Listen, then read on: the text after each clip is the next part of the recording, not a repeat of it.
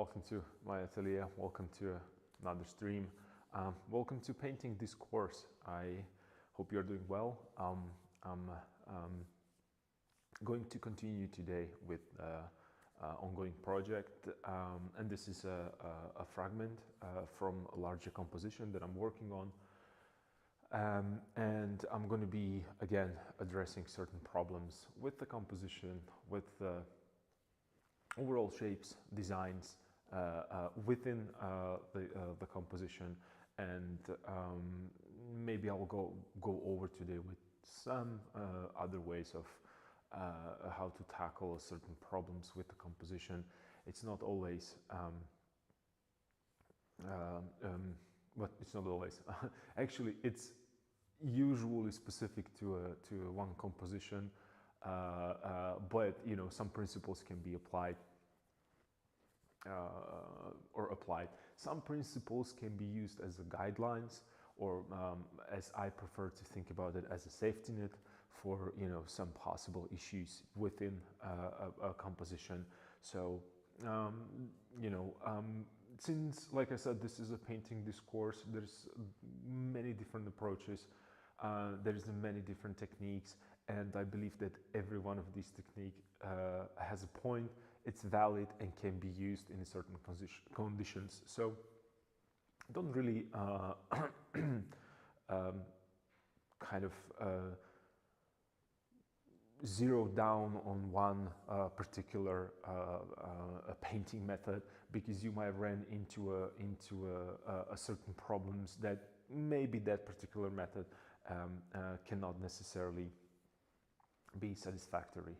So yeah, that would be something that at these streams I talked most about. The most important thing, do not watch this video, please, because it won't have any benefits for you.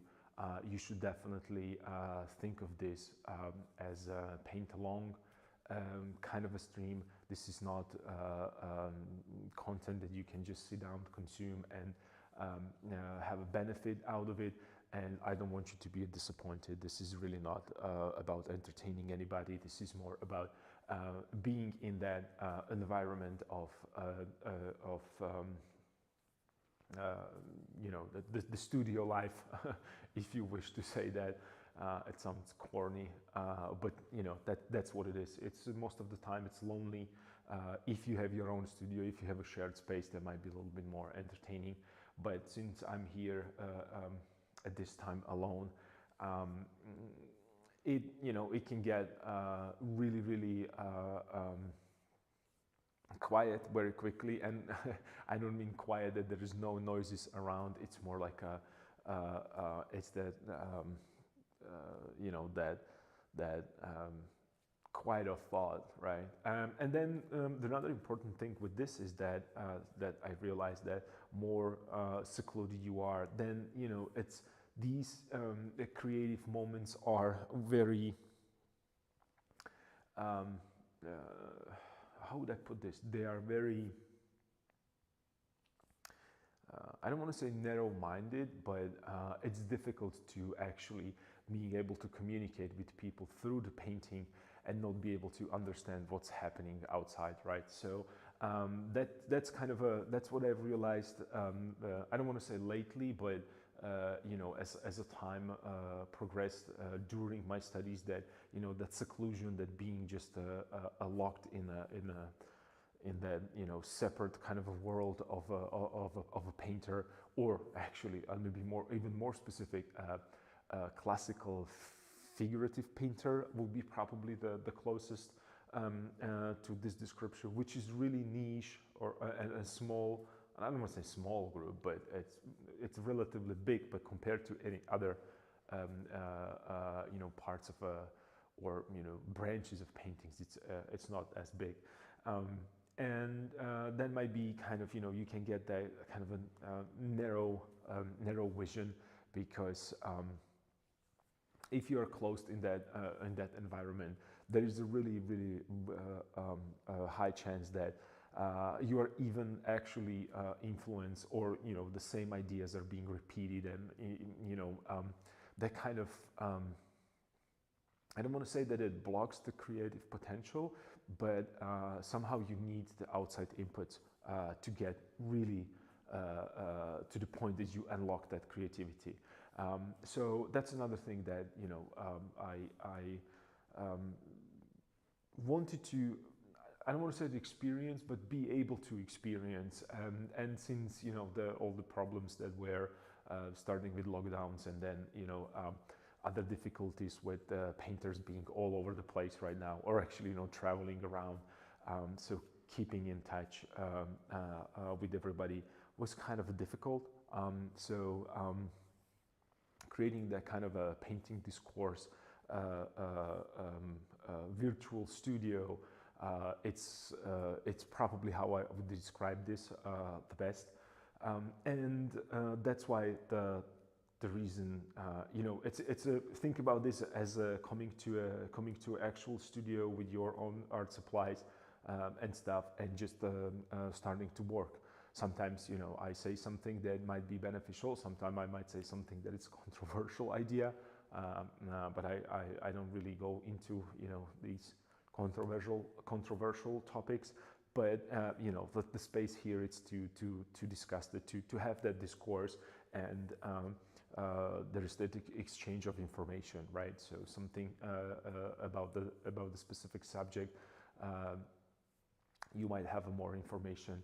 In some areas, I might add something to it, and then since this is all for all of us, whether you are a professional painter in your own studio, or you are just a beginner, we all have the space to learn and progress and advance. So I would like you to enjoy this stream from a different kind of point of view, maybe not usual during these streams. This is really a demanding stream.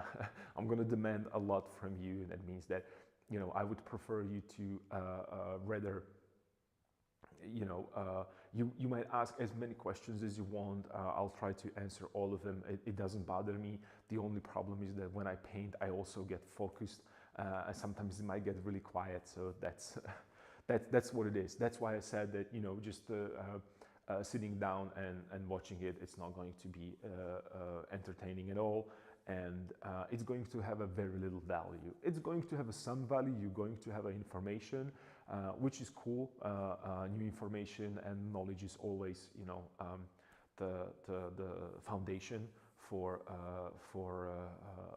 your own progression and your own development of your skills.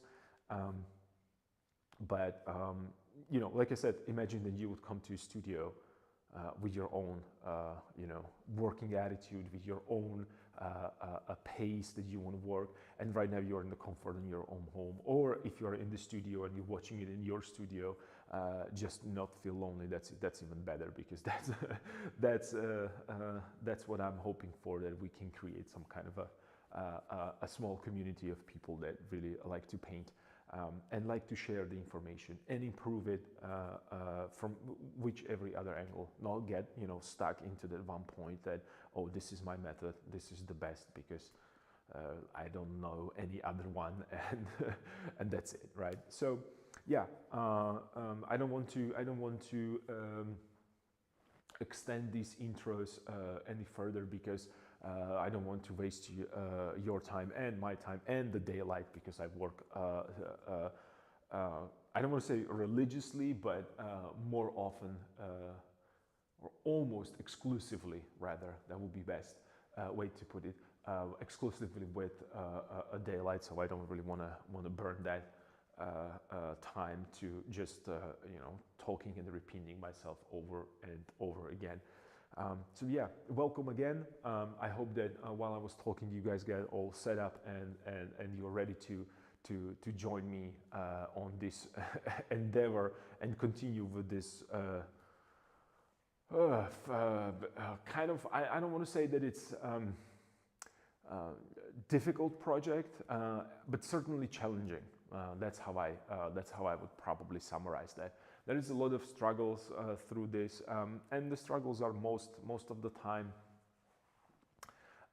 created by these, I don't want to say that rash decisions, but sometimes rash and emotional decisions. So I've really moved things around. I've really struggled with certain ideas, and you will see me struggle even today, probably because I want to address the problem with the arms. Not problems, but I want to start developing them to bring them a little bit more forward.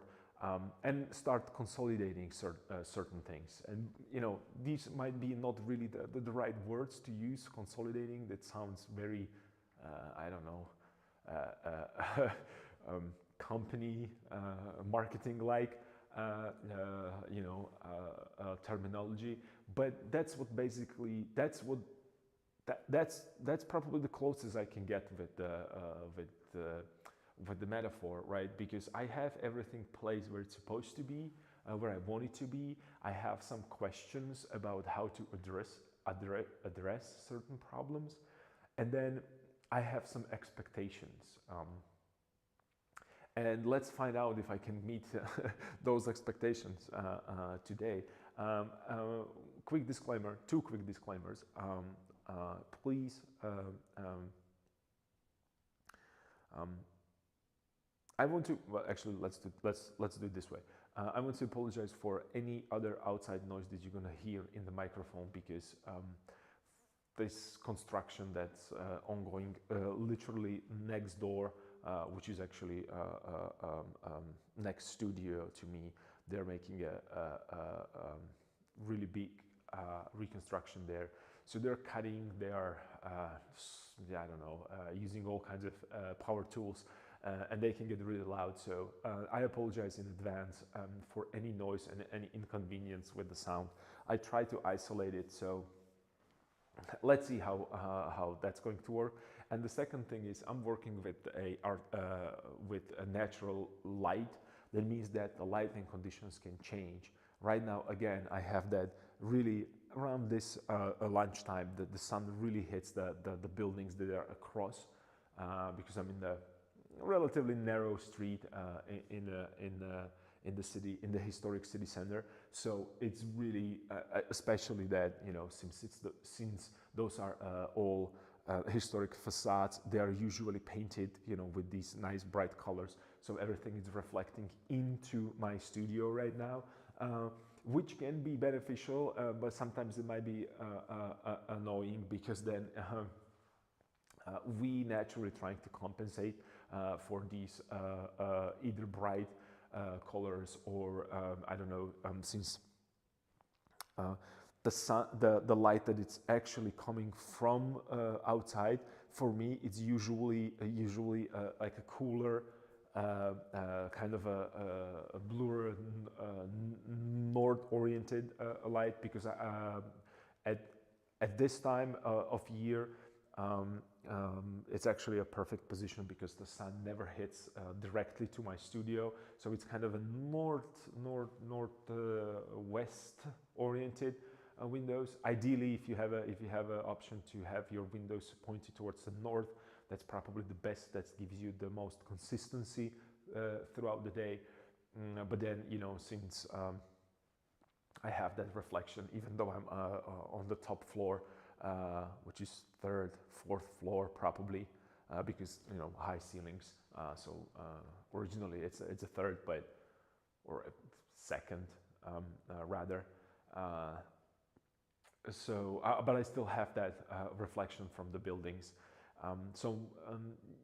You have to be patient with these things if you work under natural light, and then some clouds might show up and can get dark really quickly, again, because of the season. So I don't see the sun at all, but when it's gone very quickly. It's not that kind of a slow, gradual, and you can still see during the summer that it's lurking, almost like it doesn't want to go away and wants to give us more of the summer fun. So summer is officially over in my country. So it was really cold today, and you can even hear it on my voice. So that's the second thing that I want to apologize for, because I sound really annoyingly nasally, even more nasally than usual, which drives me crazy, and especially when I'm checking for some problems throughout the streams, and I have to hear my voice. So that's the second disclaimer and apology in advance. All right, I think that I thoroughly exhausted my introduction. I hope that you guys are all cool and ready to start painting. Okay, so I'm just, as I mentioned always, if you are watching right now with me and you are already with your with your hands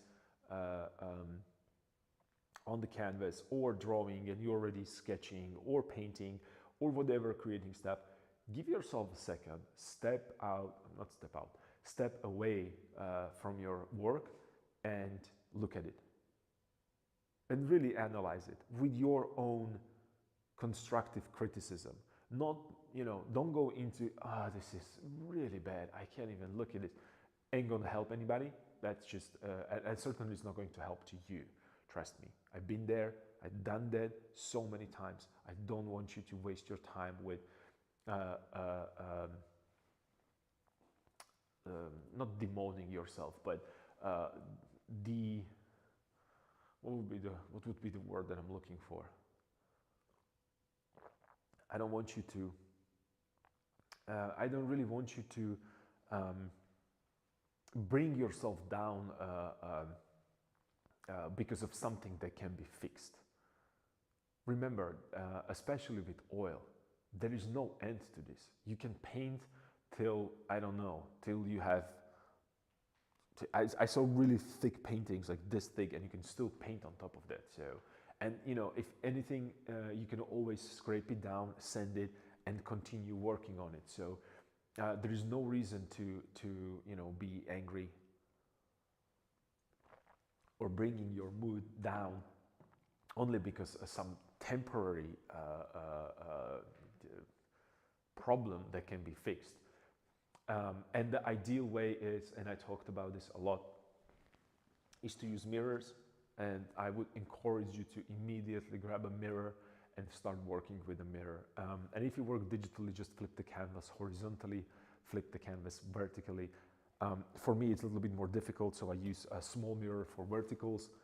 So I'm looking at that kind of upside down, and I'm checking, and I'm controlling, and I'm analyzing it, and I have to go out of the frame. I have to go out of the frame all the way back into my studio to see my painting without moving my head, without moving my eyes, because that's the only way how I can analyze this composition truthfully, and not only truthfully, but realistically.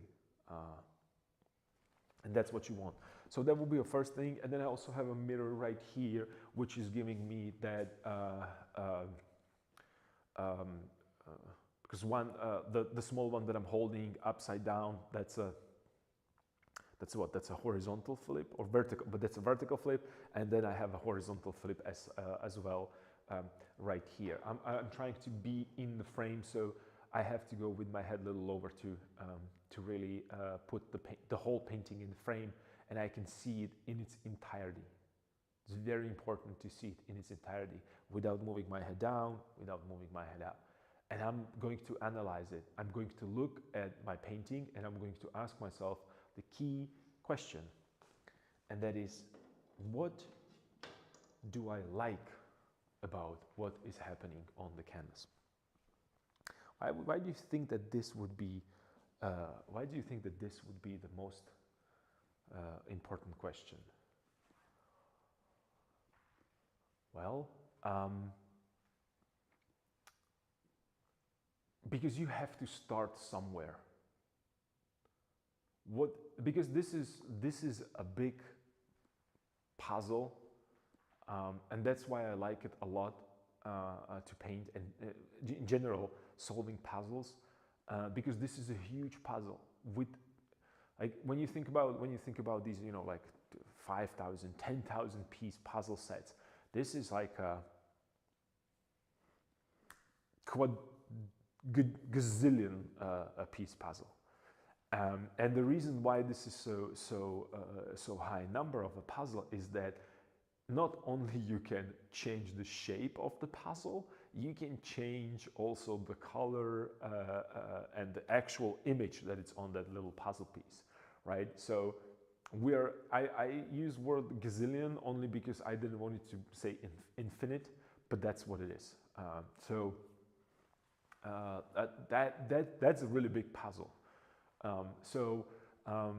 And you know,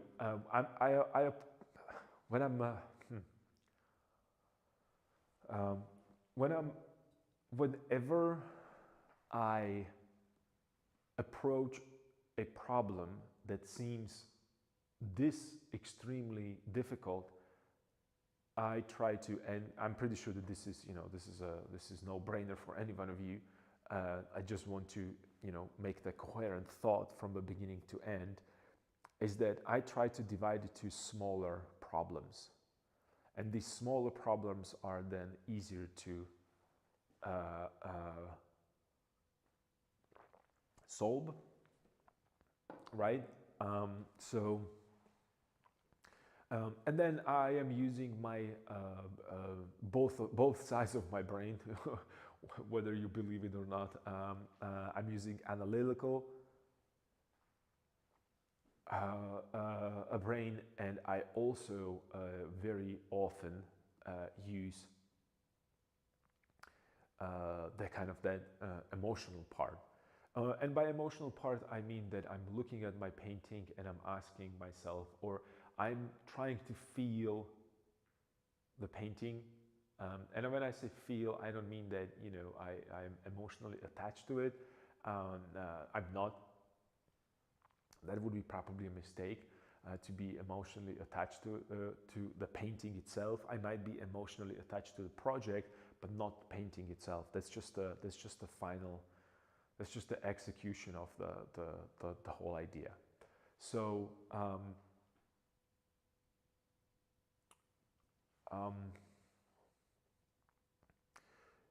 yeah, I'm really they are incoherent, and I'm trying to actually understand what I'm thinking about.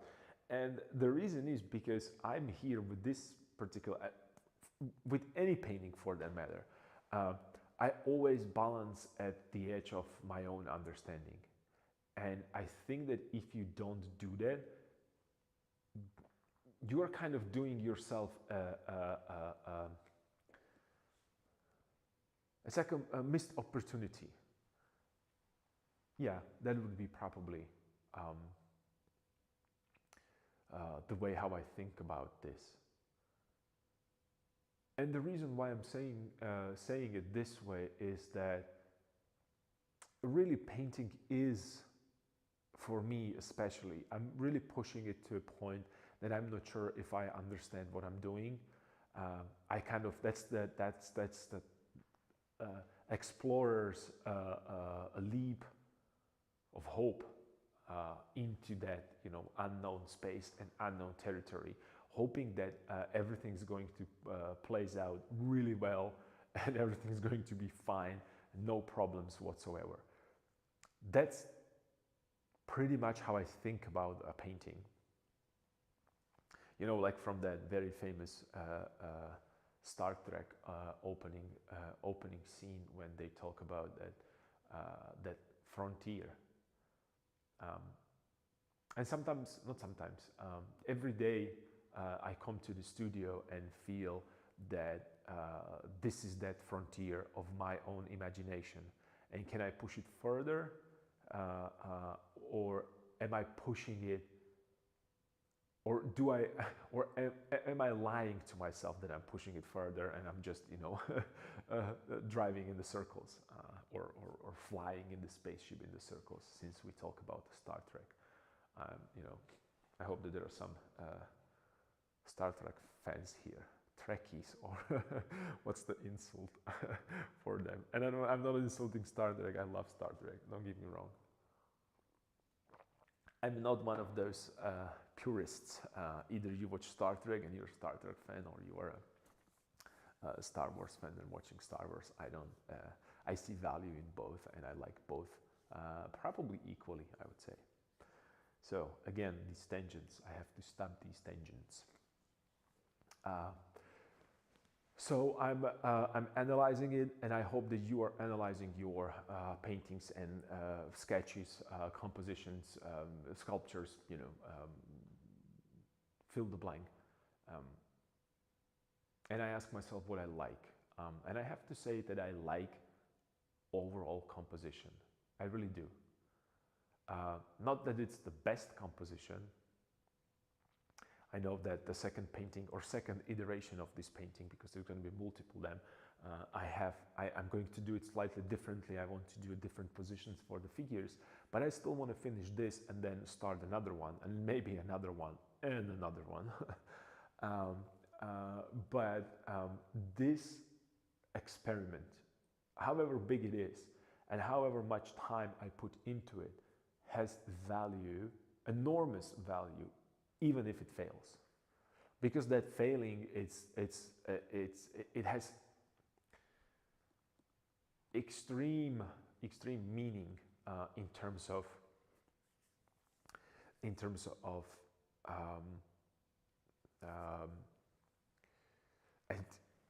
the sun just, you know, lowered its intensity, and I had to stop mid-sentence. I don't know if it's if you can see it on the camera, but all the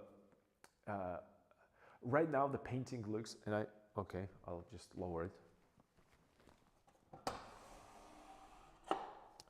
so you can see almost the full picture, full frame. I'm sorry I can't put it into a full frame because it's really big, and I can see and I can tell how this painting changed throughout this first couple minutes, or half an hour rather, because I think that I'm talking about the 2 minutes and it's 30. How it changed, and that is very, very important. Multiple things changed. I'm staring at it for a longer time. My eyes are being adjusted to those colors, and I'm going to really, how would I put this? I might get really desaturated. I might be really less aware of these things just because I'm looking at that for so long. That's the beauty of a natural light, because some cloud will go over and it will give you, I don't know, that overcast feel, and immediately all relationships will change, and I can feel how it's brightening again. So there was a cloud, it was covering the sun. Right now it's going away, and I can see on the intensity of the reflection of that light, that it reflects from that facade of a building that is across my studio. And if I look outside the window for a second, I can't even see the painting because my eyes are like really like filled with light to the brim. In comparison with the paintings that are in the back, that looks like they're, you know, in the dark cave, right? So I think that working with natural light gives you these openings in assessment. And if you're not taking advantage of these quick assessments and these changes and shifts in the light quality conditions, you are doing yourself a disservice. That's why I also don't like that 100% sterile, controlled environment? Did you cover your all windows? So imagine this. I have these really high ceilings. These high ceilings can actually help that the room can really get filled with the light, and it's reflecting from all the corners, and it's changing, and it's giving me that natural feel that painting is. It's a natural feel. That's why I like the painting, because it smells. You touch it, you feel those differences. And it's the presence. When I'm standing in front of a painting like this, it's a completely different feeling than, you know, when I'm looking at it on my cell phone, right? So everything actually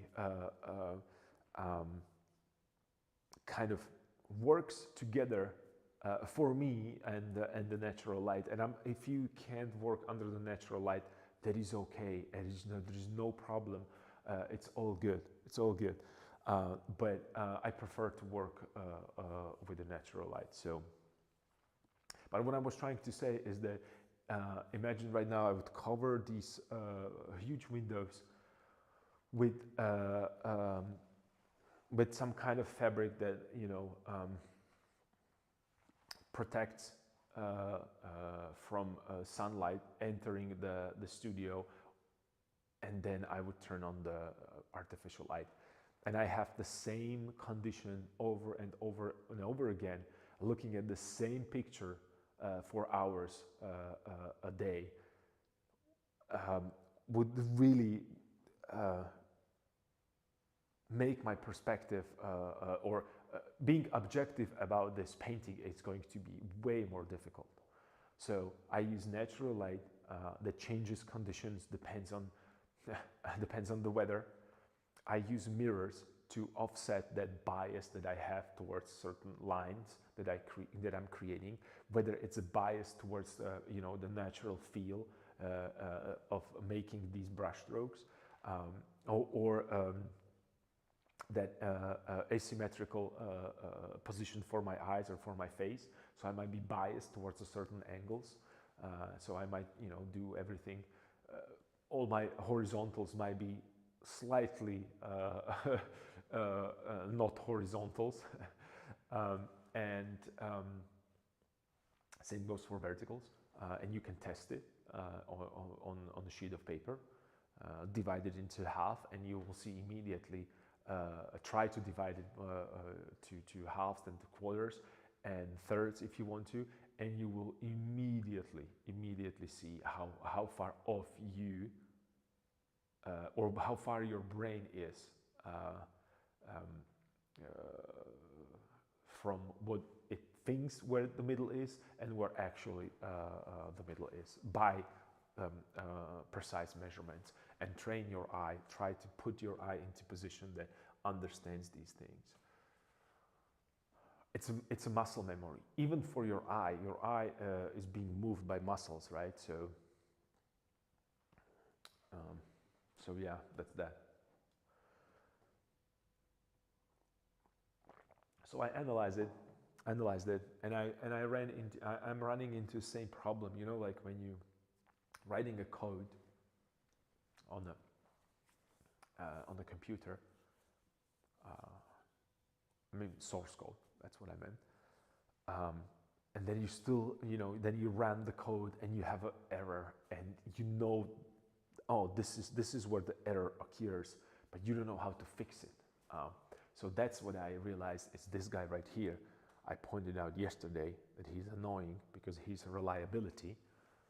And I was talking about my friend that I've been multiple times, you know, on these travel / painting / gallery trips, and we call him reliability, and that's what this guy represents in this painting. And I didn't know that I wanted reliabilities in my painting, And also I mentioned redundancies. So as a figure, part of the story, he's redundant, extremely redundant. But as a compositional element, as a shape, not as a human being, as a just a pure shape, it's very important and fits, I think, incredibly good there, especially when I'm looking at that mirror reflection. I have to say that I like mirror reflection more than actual orientation. So I might even flip it for the next painting and painting it like a mirror reflection. Because somehow it feels, the curvature that I created here, the motion, somehow it feels better when it comes from here, from the other side. But that's just me. So I'm going to work on that.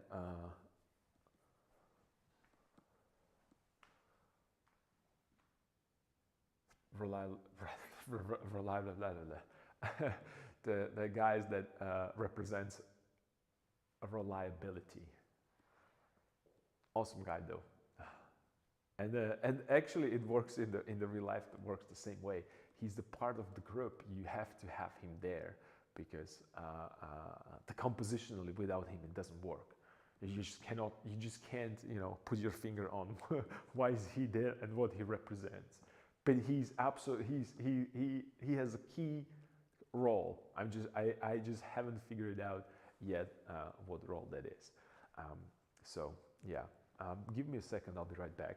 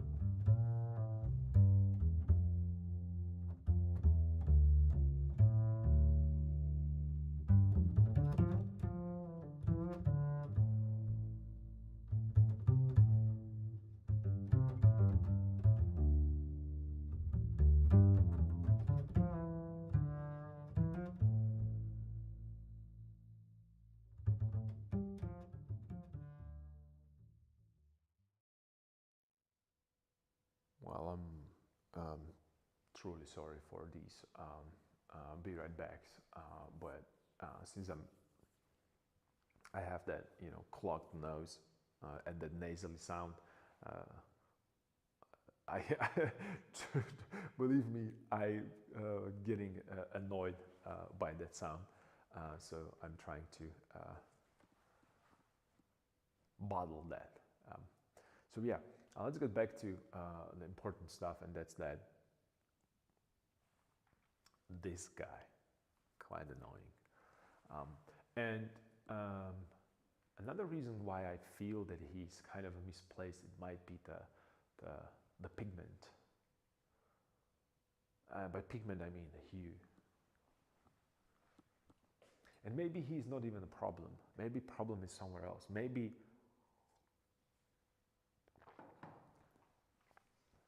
I'm just being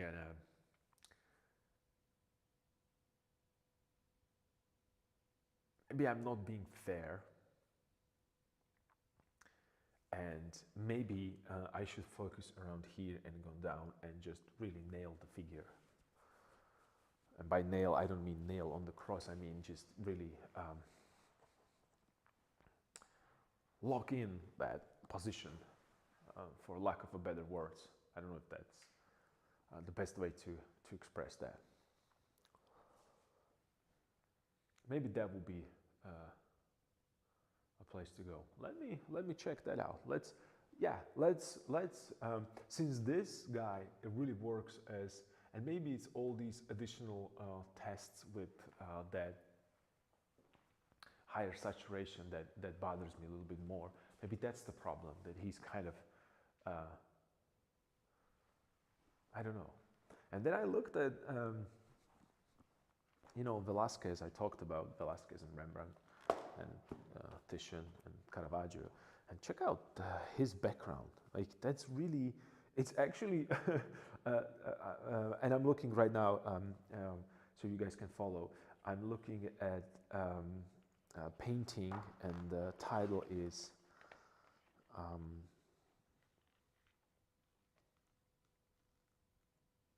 The Drinkers, or they also call it the Triumph of Bacchus. So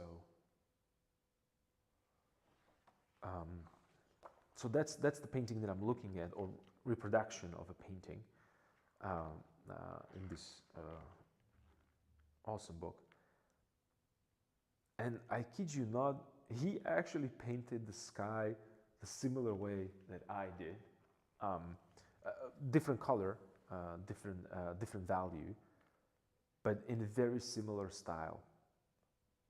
And it's interesting. It's interesting to see these kind of things.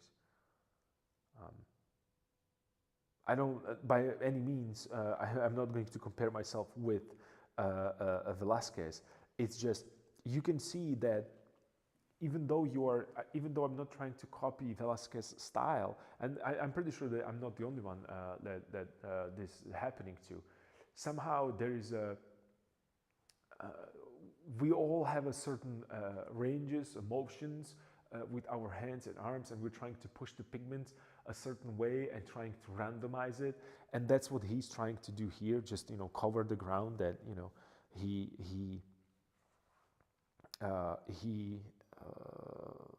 he needs to, and he's using it as that, eraser, as that he's adjusting that with blue pigment on top of the kind of it kind of looks like a grayish underpainting there, and correcting the certain edges. And it's beautiful, especially in that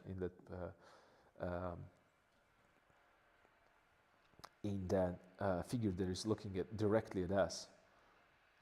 And when I'm thinking about it right now, that the figure is looking directly at us, and I made the same thing with my portrait, that I wanted the direct eye contact with the viewer.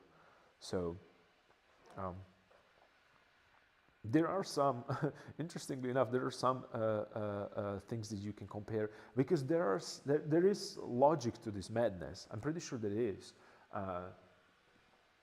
And not only that it has a logic, it also has a, you can bend, you can curve, you can do whatever you want with that logic, because this is your world.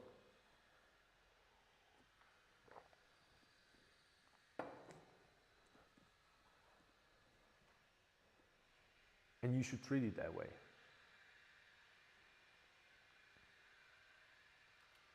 So yeah, let me see what I can do with this.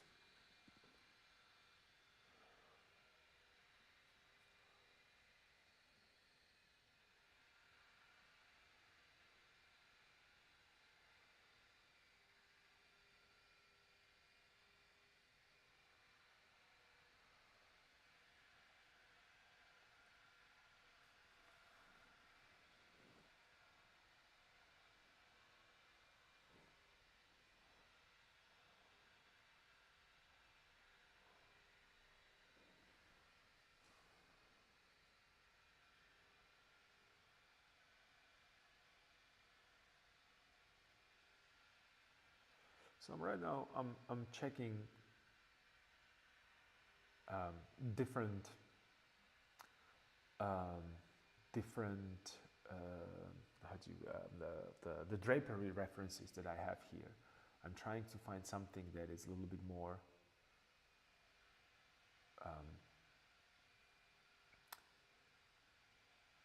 that could help me to decide how to approach this situation.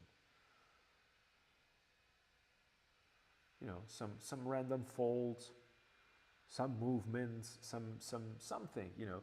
And I'm really going through everything. And this is another thing that I should probably talk about a little bit more into detail. But I'll do it later so I can really start working. So, you know, I have some.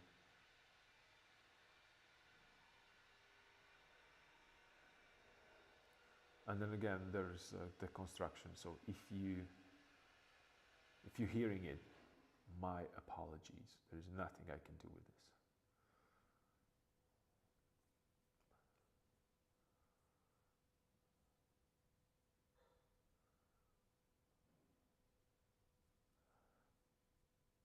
And then I have that feeling that, you know, I always thought that there is no way, that there is never enough reference pictures, to the point that right now I have so many reference pictures that I don't even know what I'm referencing. I'm just, you know, and most of the time I have to tell you these days, I just work strictly from the imagination. It makes me the happiest.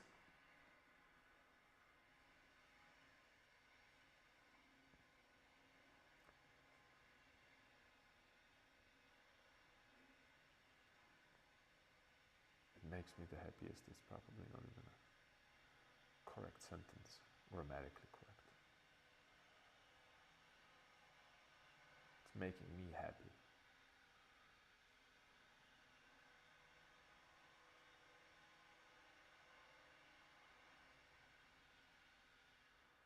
But some references are dreadful. I have to say that. Mm.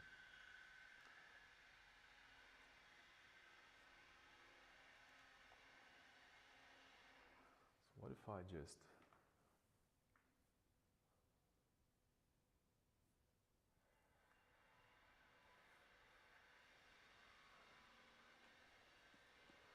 so I have this, so I could do this.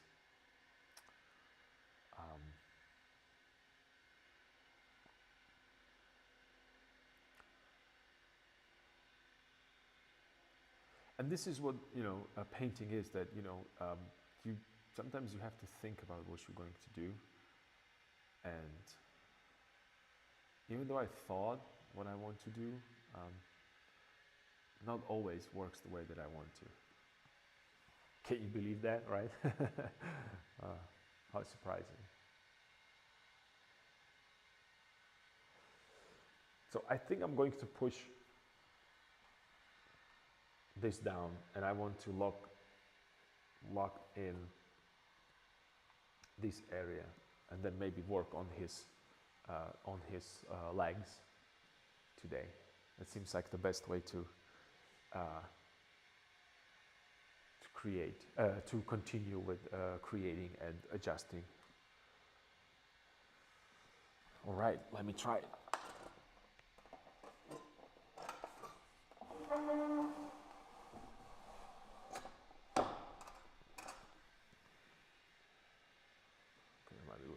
Too high up, and I'm sorry, you're just not going to see. You're going to see the half of the painting, but anyway, you're supposed to paint your own work. So, okay, so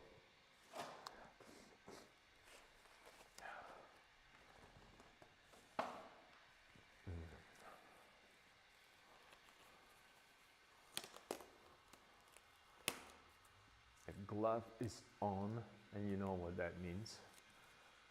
It's business time. I hope that some of you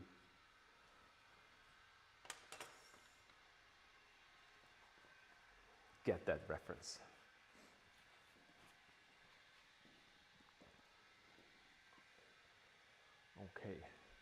And you can see on my palette that it's already a little bit of paint because I was already adjusting. Immediately I came to the studio in the morning. I had some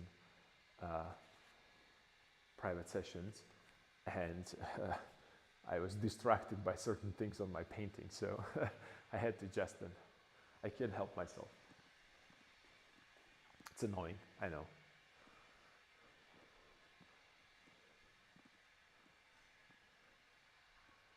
So I was talking about like this area right here, and I said that there's something that I don't know what to do with it, and I don't know if I should put a like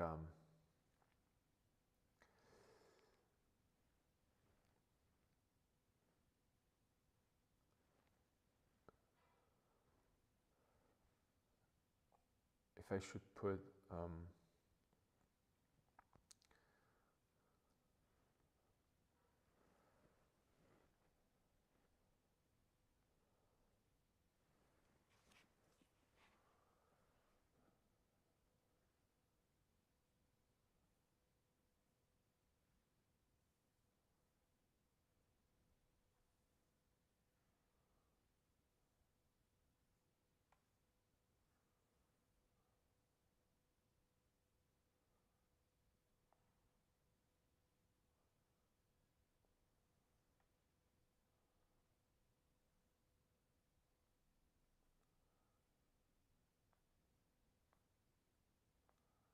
still not satisfied whatsoever.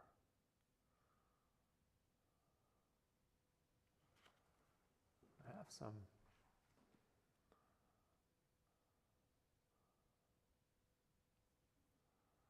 even though I have some ideas. If I would just put his hands right here.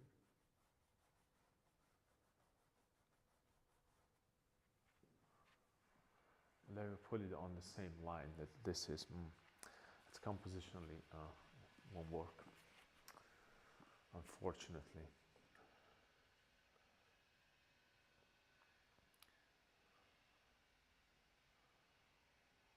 But this might.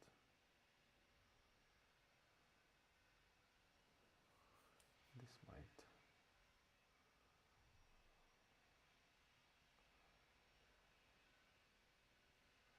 And I'm just going through the library, through the ideas, through the sketches, through,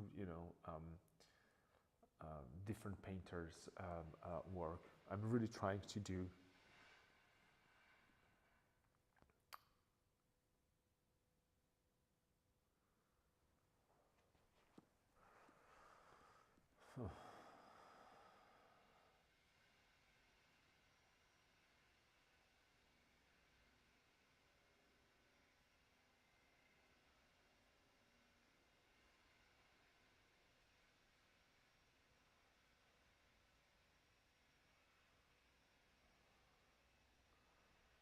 so many different ideas,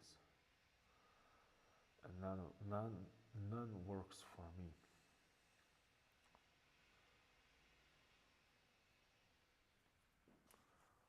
We'll have to just deal with it.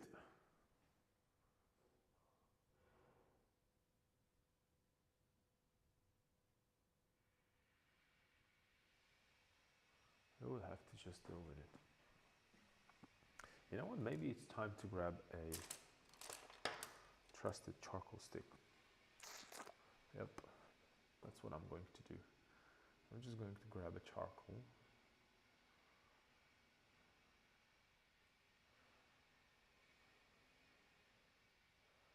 And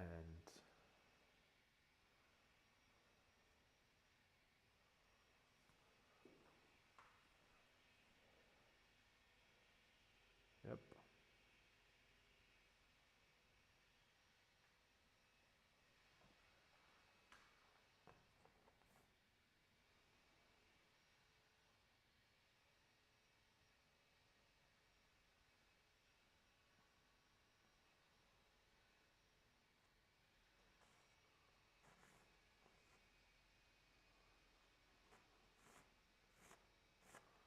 If I show push this a little lower. Right here.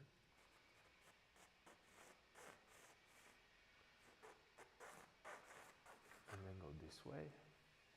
Can I change that shape a little bit?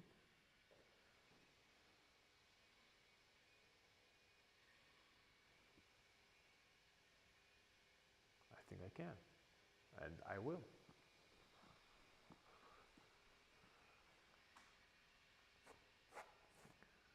And let's do like it's bunching right here. That's what I'm saying. But I don't want to copy the same thing that I have on this side.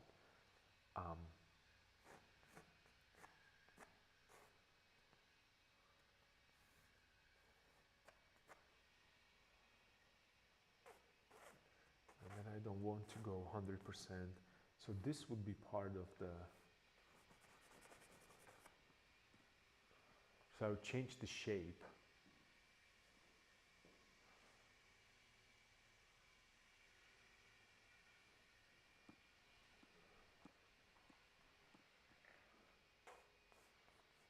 And I could create like a little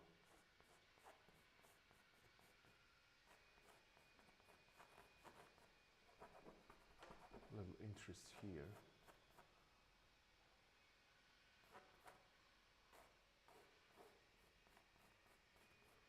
Maybe something from inside. The blue one from inside could actually go out this way.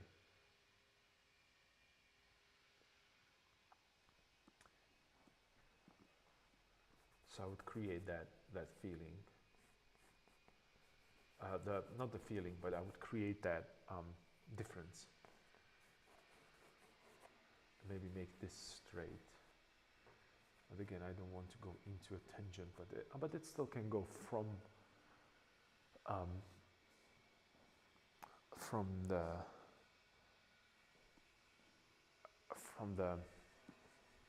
I wanna because I'm gonna be working here.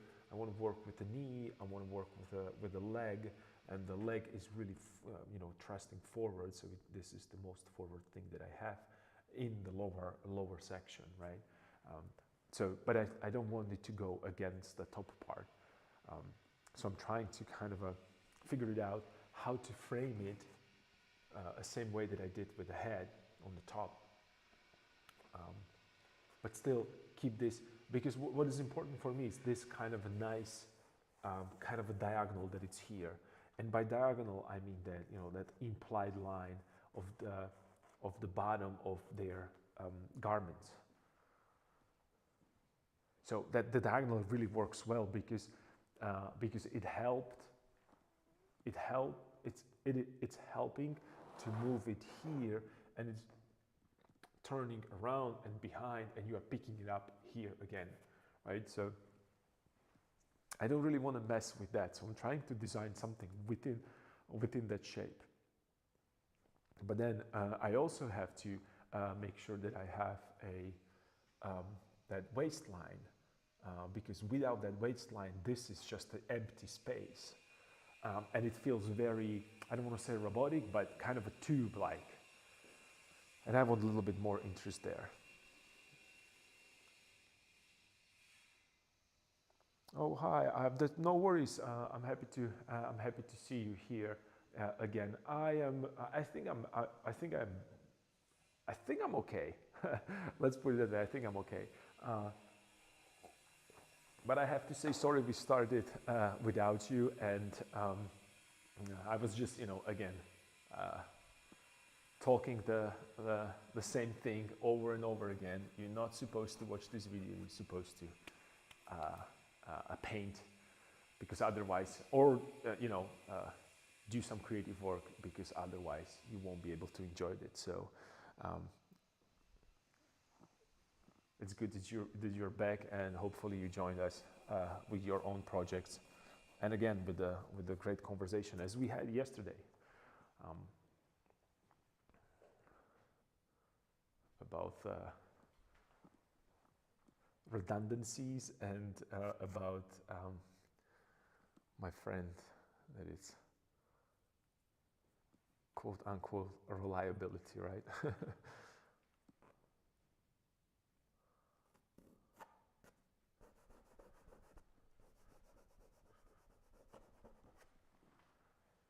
So maybe if I push this,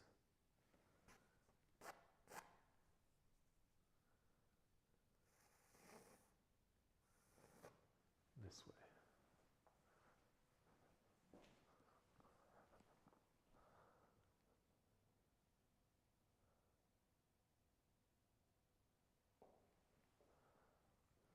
Well, better late than never, right? But it is. You can sit up, you can chill a little bit,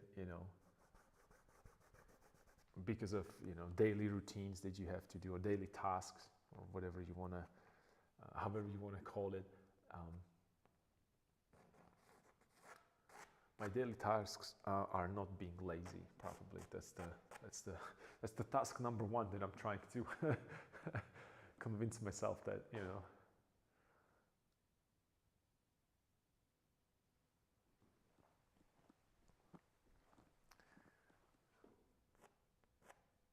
So there's gonna be but I wanted to show that curvature right here. Oh, they're nice. Was this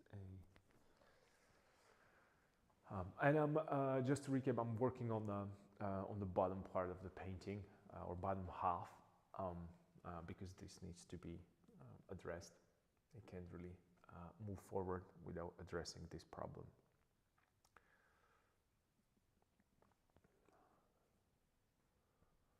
So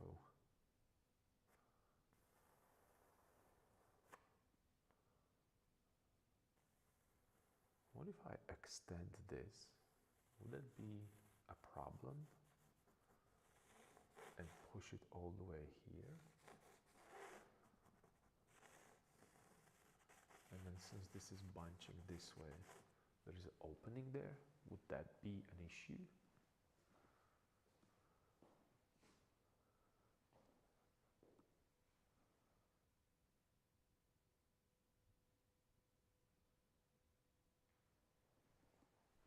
Because I'm trying to show the anatomy.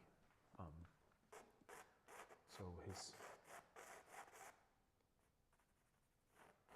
is where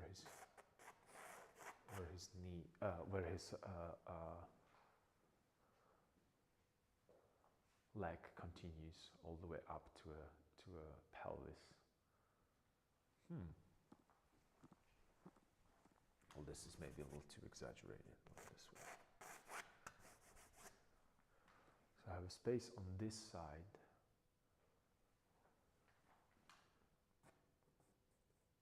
And if I push it a little bit closer, but I don't want it to have, I want to make this, no, it has to stay there. Okay, I think this could work.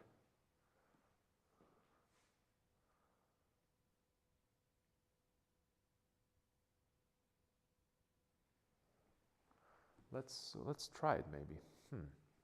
Yeah.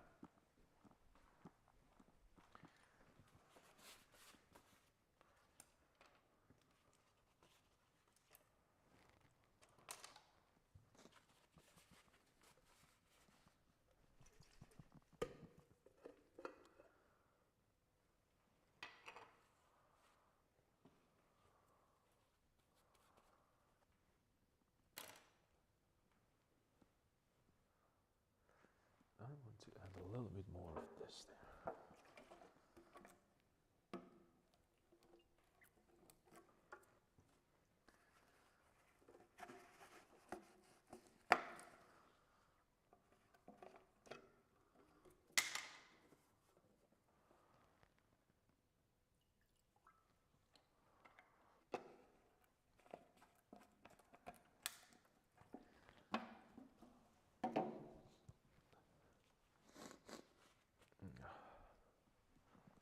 Just a second, I need to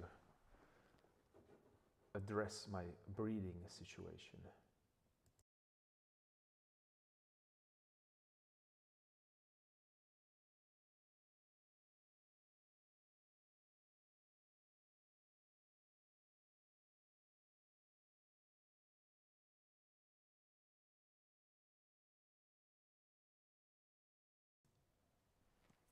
All right,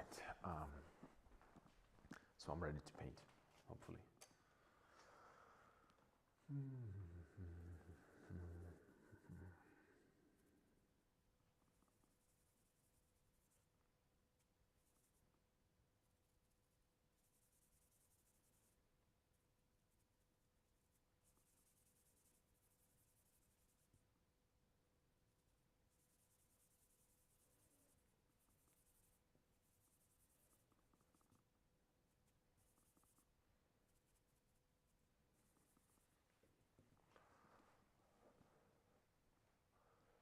So I could, that's way too dark.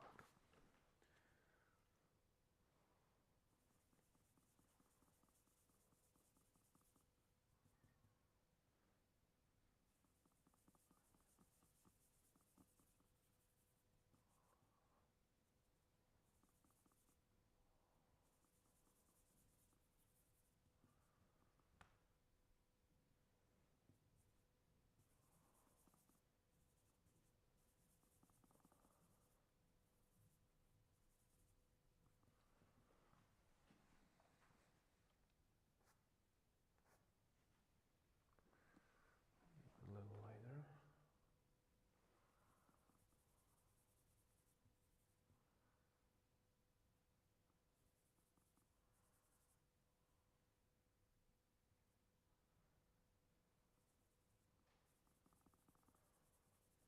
I'm trying to hit a kind of a mid-tone value.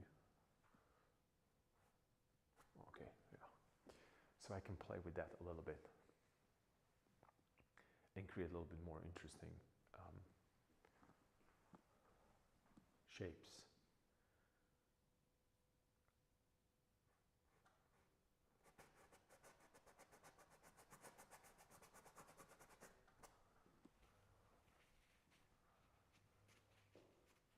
So I could add a little bit there.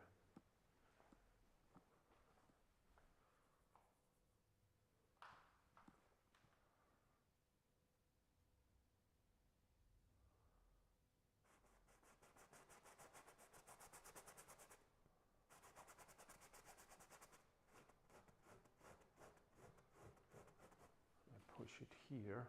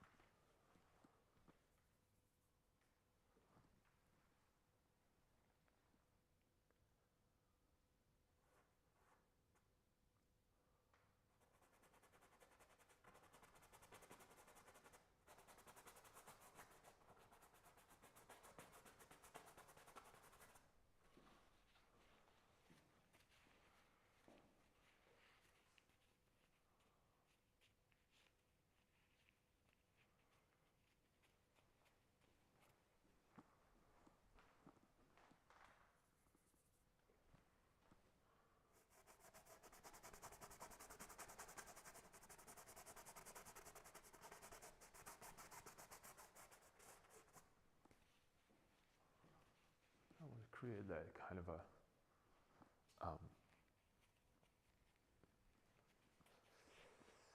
I don't want to say a gap, but I want to fold that fabric.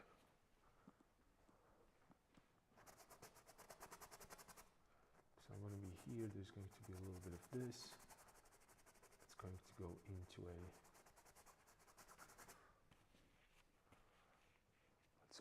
it's in behind.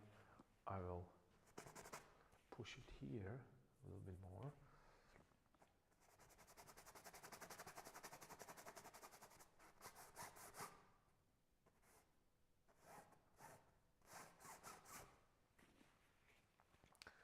hit it with a gap.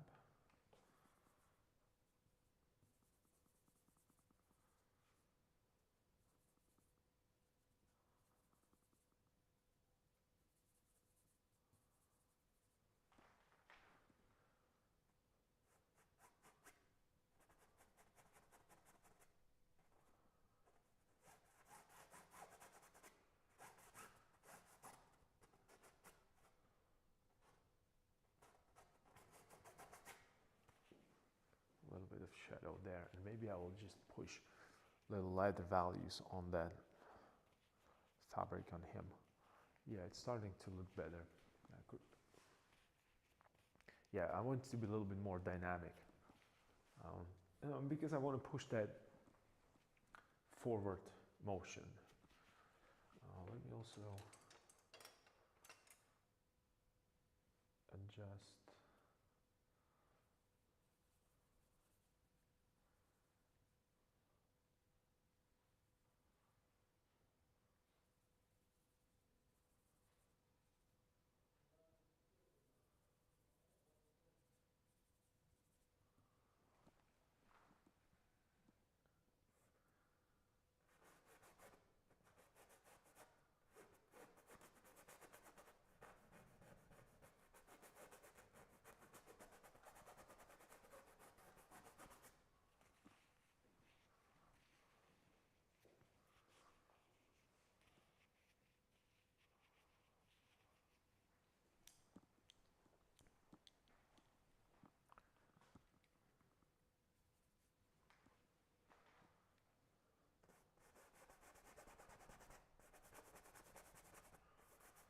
This is going to be the most difficult task right now to deal with.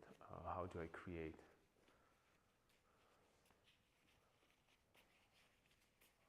a little bit more interesting shapes there?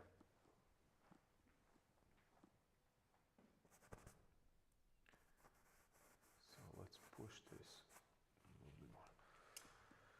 Okay, let's grab a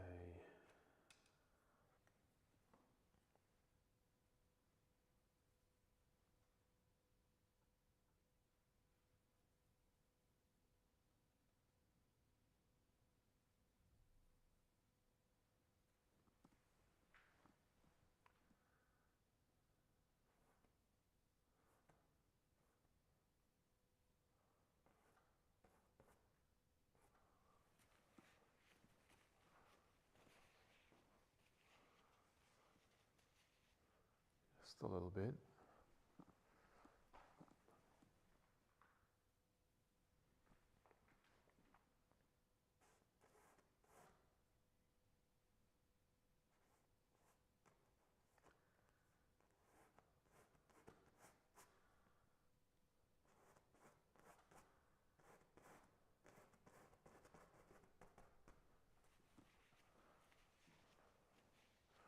So, but I shouldn't have it on the both sides the same thing. That ain't going to work. You see what I did? I'm just copying the.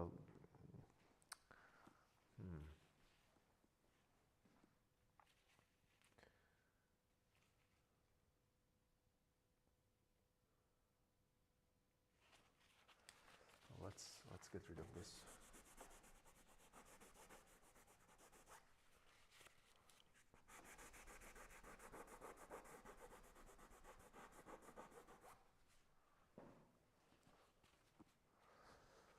That was a mistake. Yeah, let's keep it. Let's keep it. Yeah, let's keep it like this. I'll just move it a little bit higher.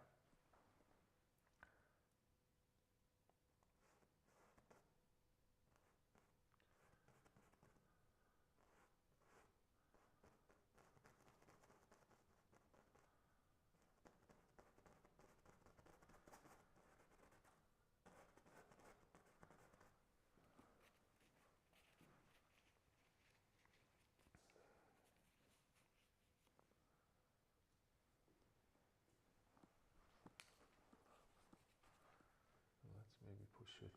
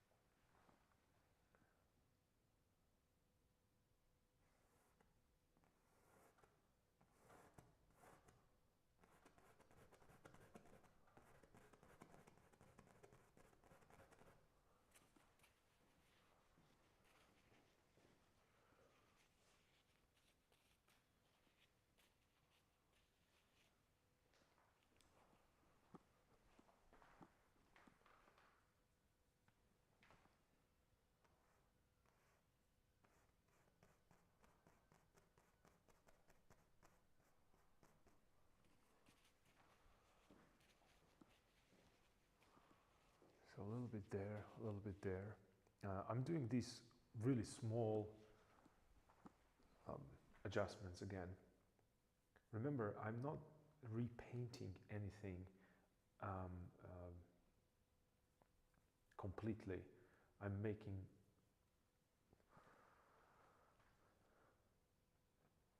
what was that? I was watching a Deadpool the other day. Educated wish. Created this educated wish.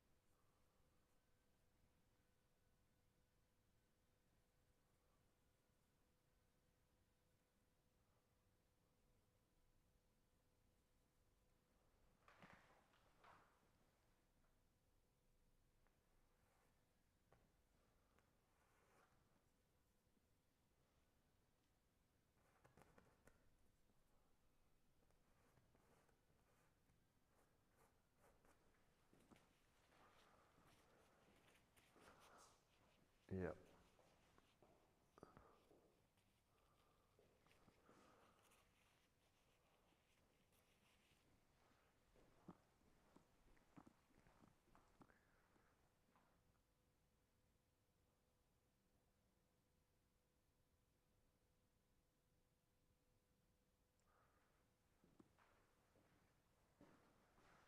Mirror check. Okay. Yeah, I think this might work actually. I'd be surprised, but it might. Let's reinforce the diagonal here by just complementing it with this. It's going inside here.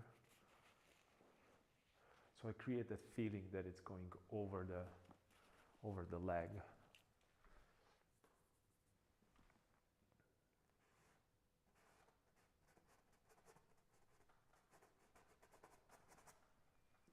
Right? So it's going over the leg.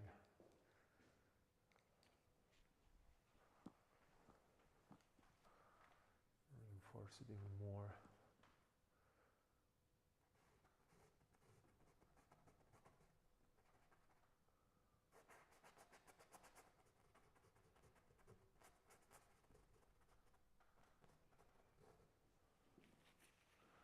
Reinforce it even more.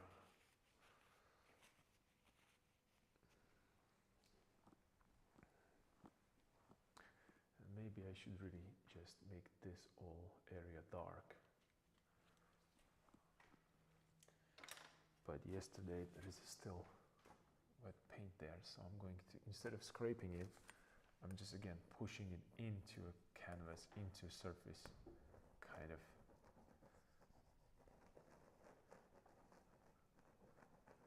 I'm doing a similar thing that I would do with a sandpaper, except I'm doing it with a palette knife. I'm not sanding it, I'm smoothing. It's like I'm using, it kind of looks like an iron, so I'm using it like an iron. I'm ironing these folds because I want them to be smooth here. And I'll maybe hit it, let's hit it with a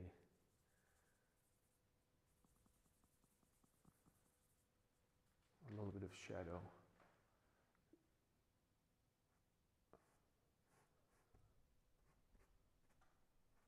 Again, just trying to reinforce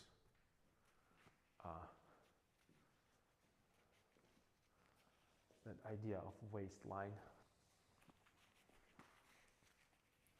But then, you know, it's going exactly the same way.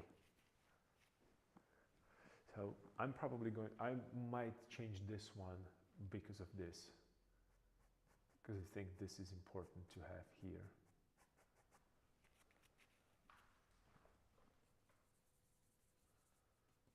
I think. Let's see what's going to happen. A little more of this,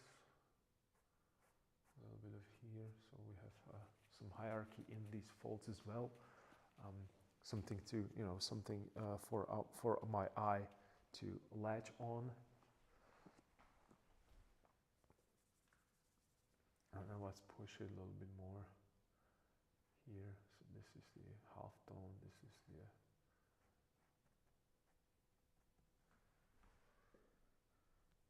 let me hit a little bit more of that.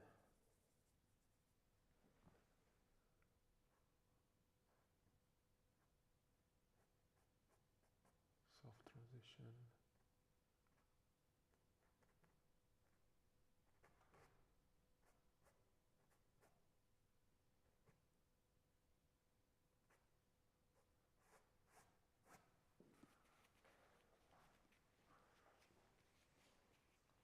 Cool, starting to look way better.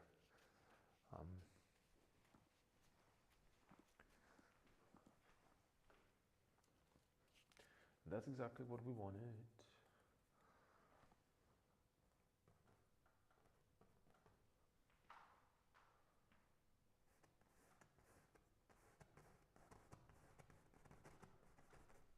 And again, I'm dry brushing. I'm using the same paint from yesterday, or the same idea, and the paint as well, actually. I'm not repainting everything. I am really putting a layer, like semi-transparent layer, with the dry brush on already existing darker values.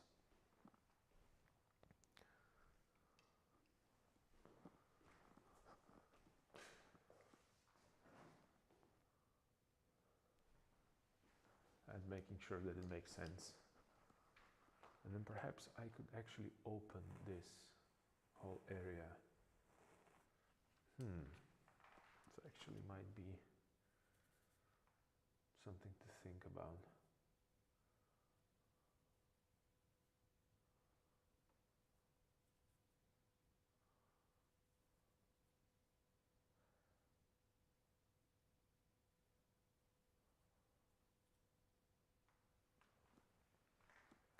So this is going to be a knee.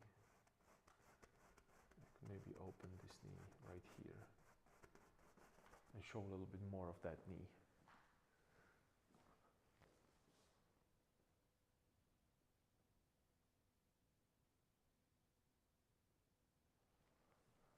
Yep, that actually works. That actually works.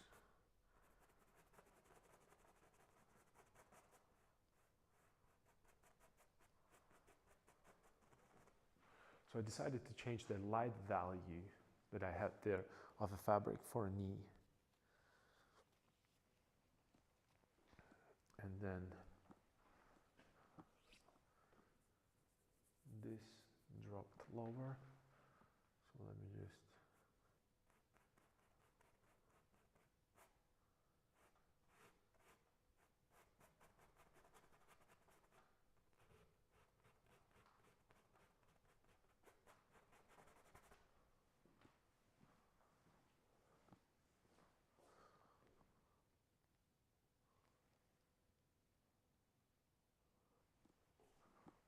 maybe it's too much right now. Well, maybe not.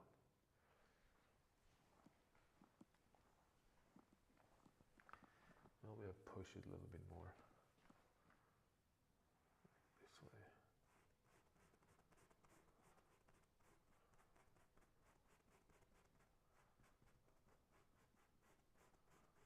So it's connect a little nicer to the other one. And then I should get rid of this shadow right here.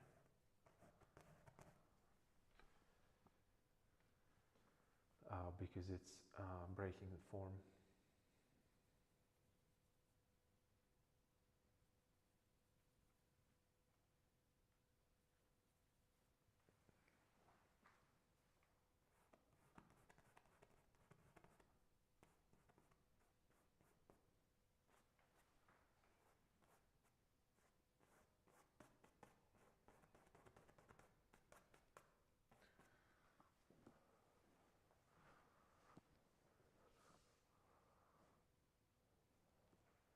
Yep, and that will give me better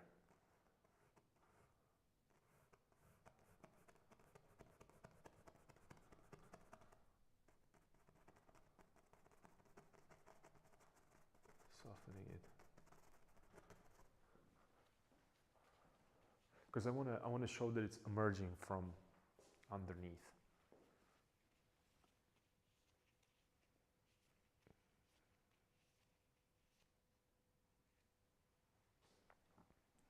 And all of this then could go bend this way. Maybe I can push this even closer here and create rather, okay, let's do that. And again, this is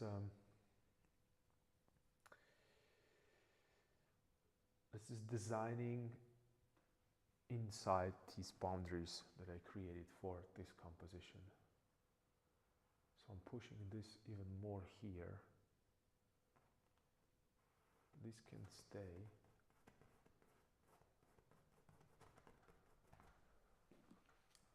So this will stay.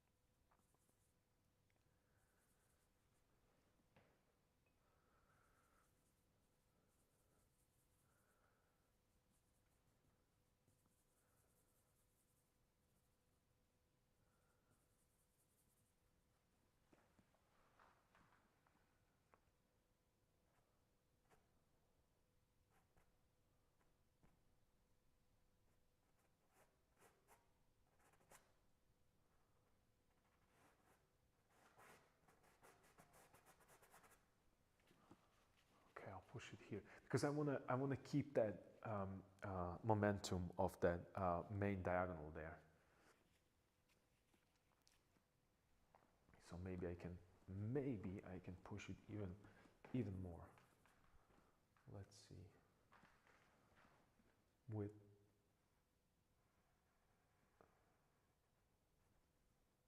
that half tone.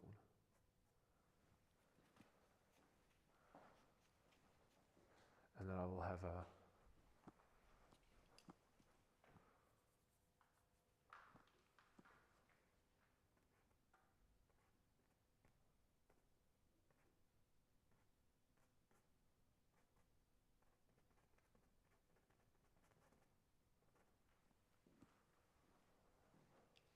yep.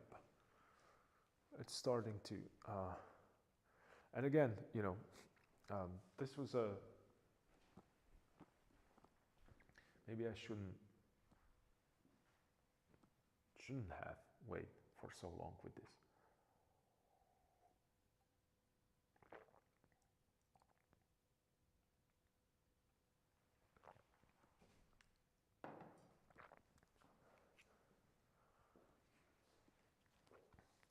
But then I was not, you know, maybe I was lying to myself. Maybe I was not ready for this. Maybe I didn't know what to do with it. So many variables.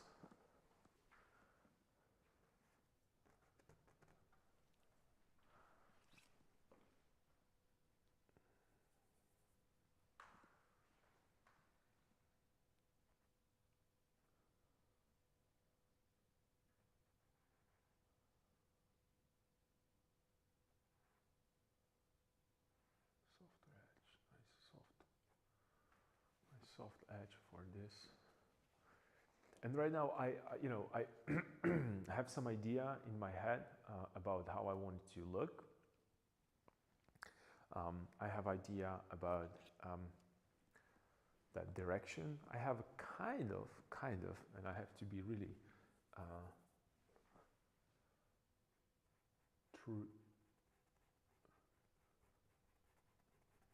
truthful to this.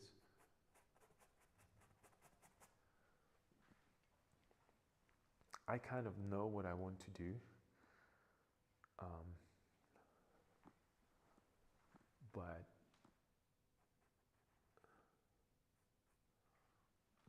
It's not 100%.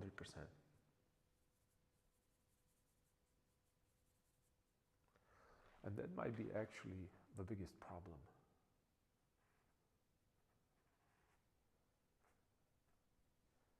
That the fact that I'm not really decided 100% on what and how am I going to approach this. And at one point, and I'm pretty sure that happens to you as well, and if not, it's going to, you have to take that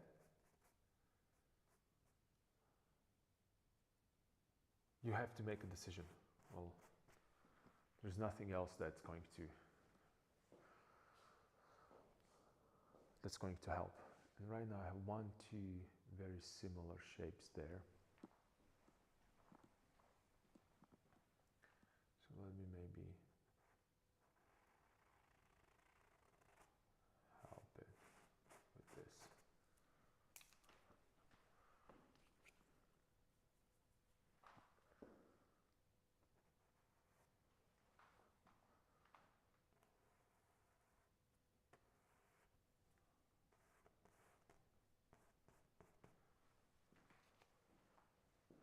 So I want to show that it's going over the shoulder, over the knee. So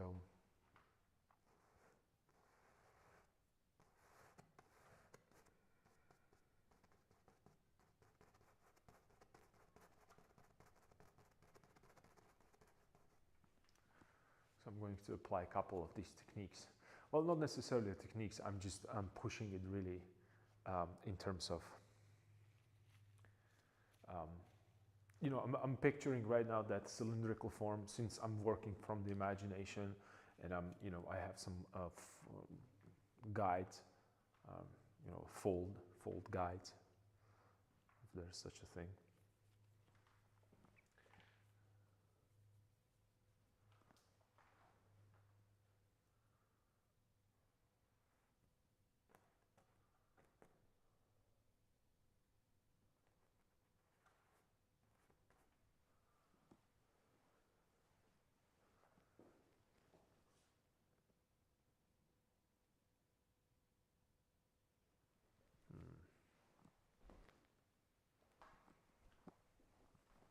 I feel like I lost it.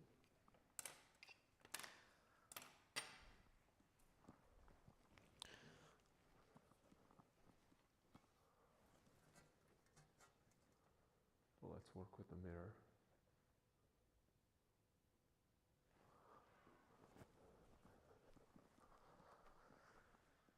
And I'm looking right now at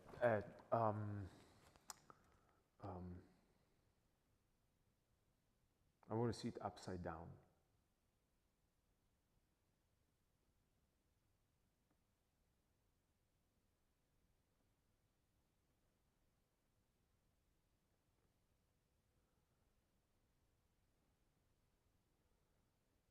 Yeah, I think this might work. This whole part needs to go into a shadow. Then I have to create a cast shadow from the staff or from that, you know, the pole that he's holding in his hand.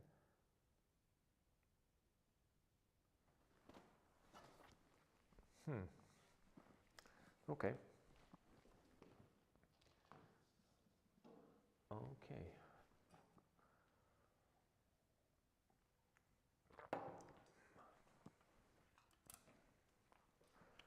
So again, we're back into that.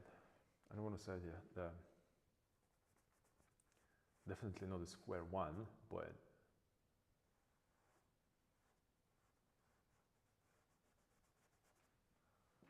softer edge. I have to figure out how to incorporate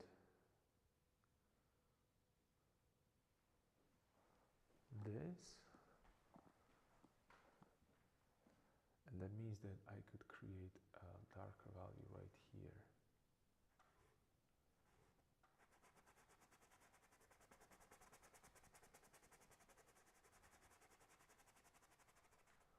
Supported.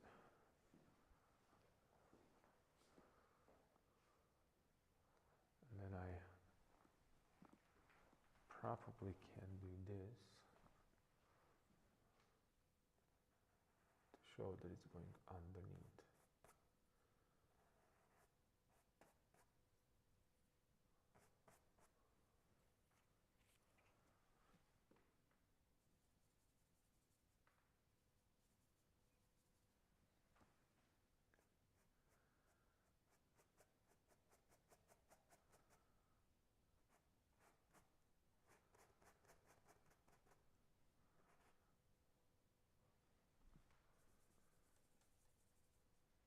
Let's follow that lead right here with that.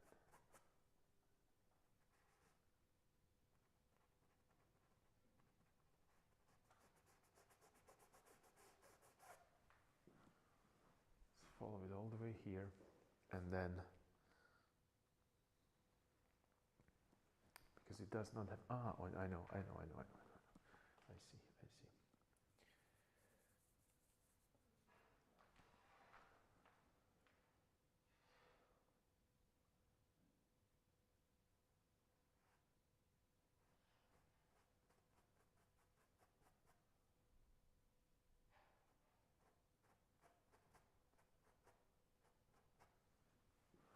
A little bit more of that fabric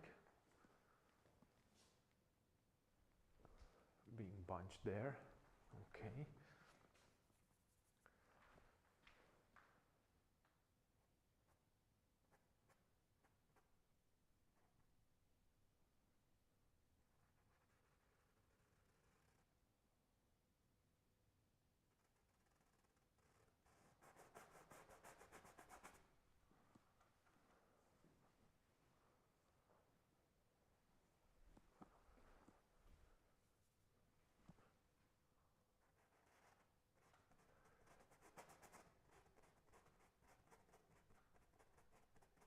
But I'm trying to do both right now. I'm trying to paint a positive space, and I'm also trying to paint a negative space.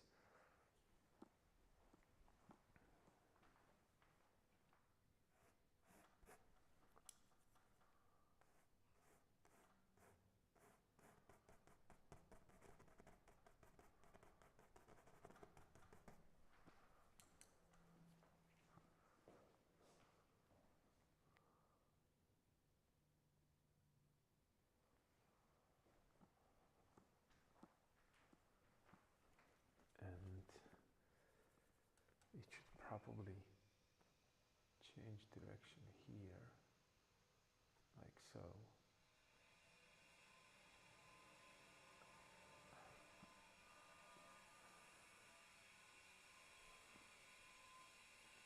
So it's going this way and then this way. And then straight up into here.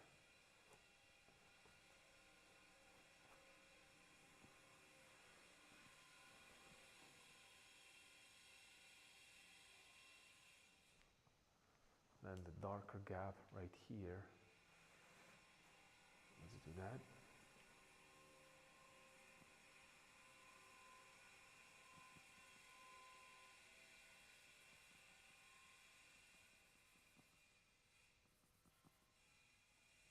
Lighter.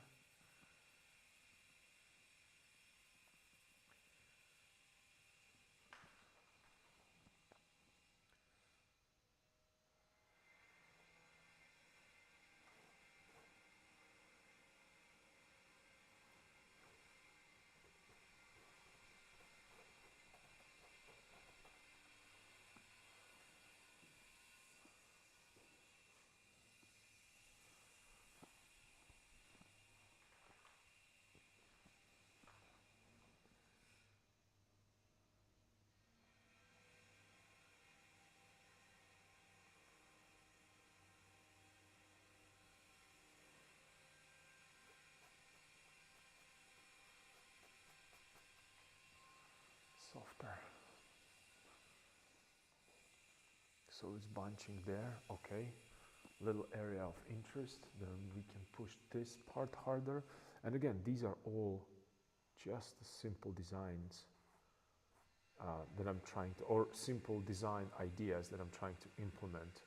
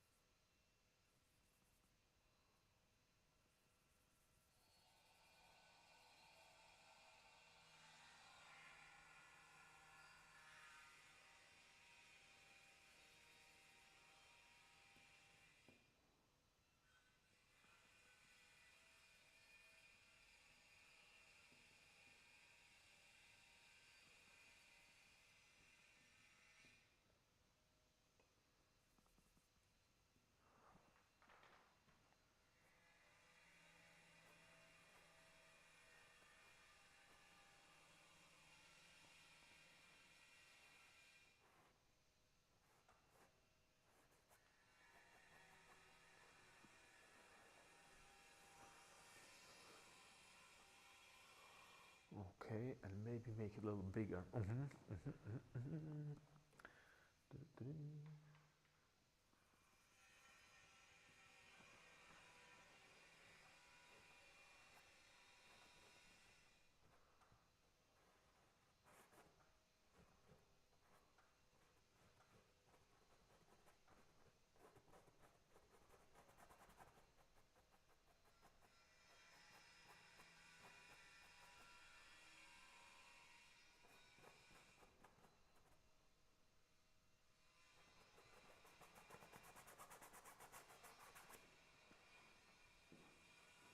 Push it this way.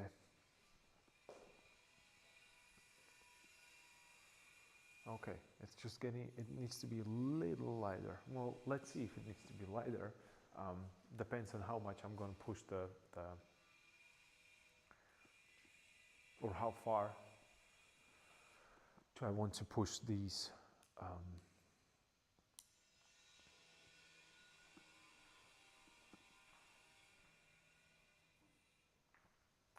values.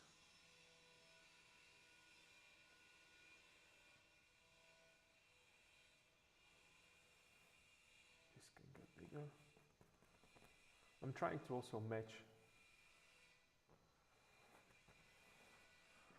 And this is, again, this is just like an, I don't want to say the underpainting, but again, I'm testing right now what works, what doesn't, and the moment that I'm going to feel comfortable with the parts that are working, I'm just then going to, I might start applying a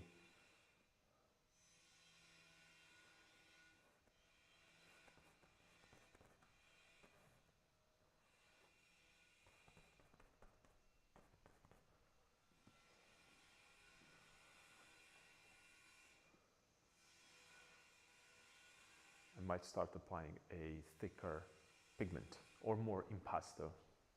You might.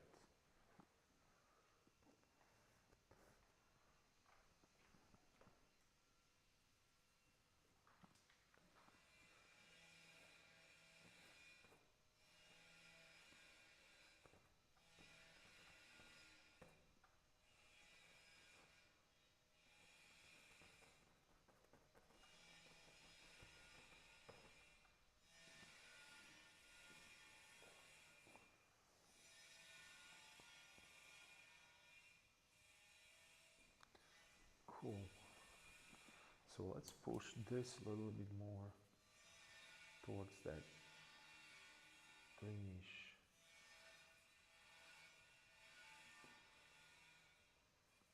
Kind of a warm green.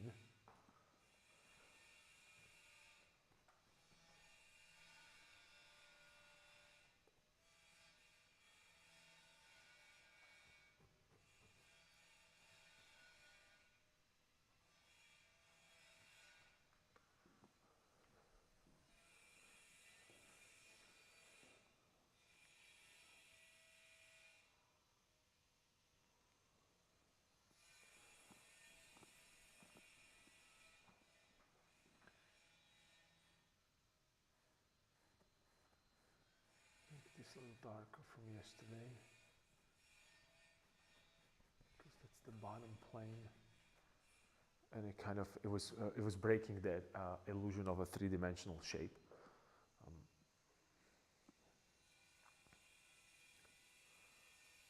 A little bit.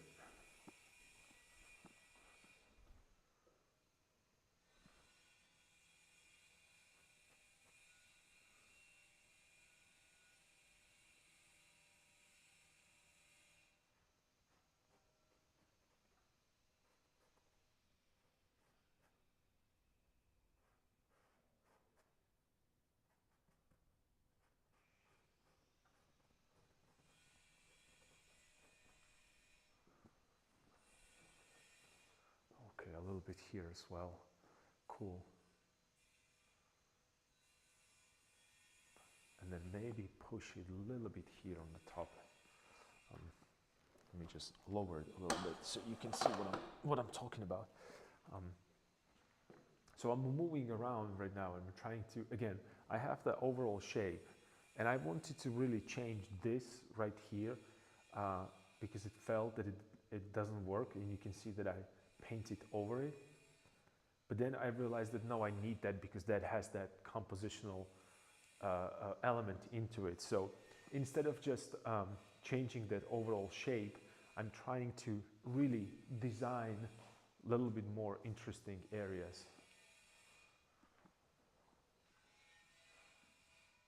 And maybe this can go even higher. Let's see, this can go maybe even higher. All the way here.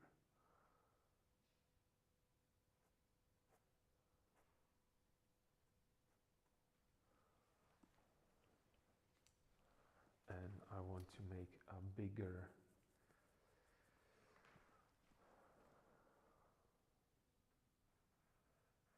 this part. And maybe less shadows.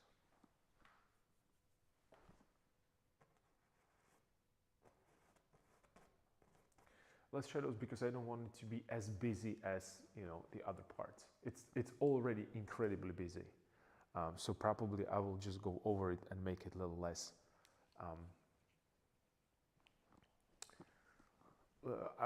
Probably I will unify it a little bit more.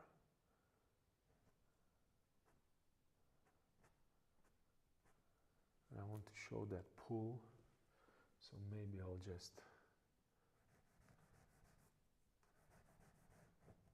throw some across, even here, so it's pulling from there.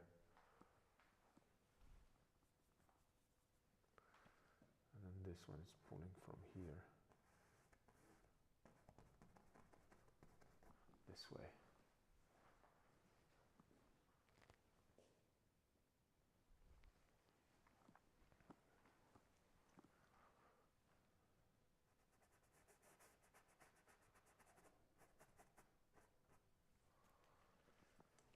Okay, and let's grab a little bit more pigment.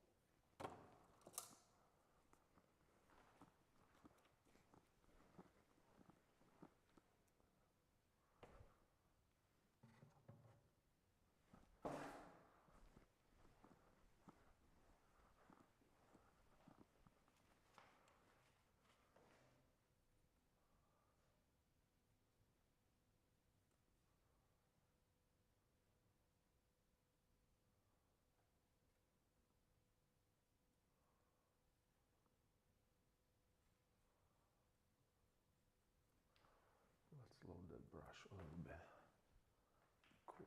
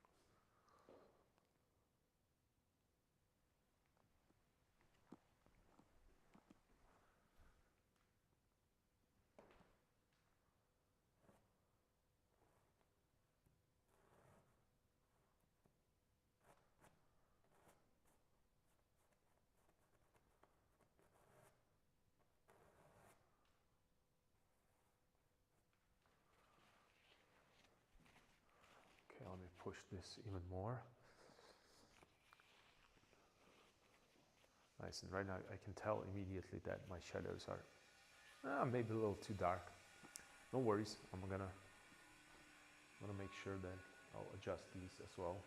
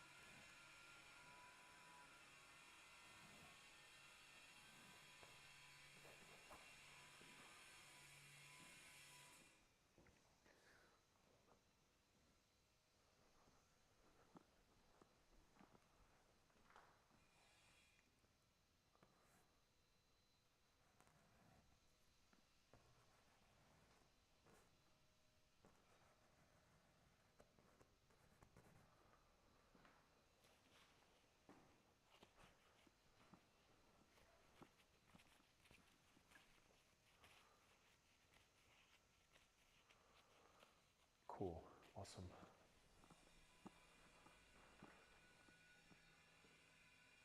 So let me clean this up a little bit.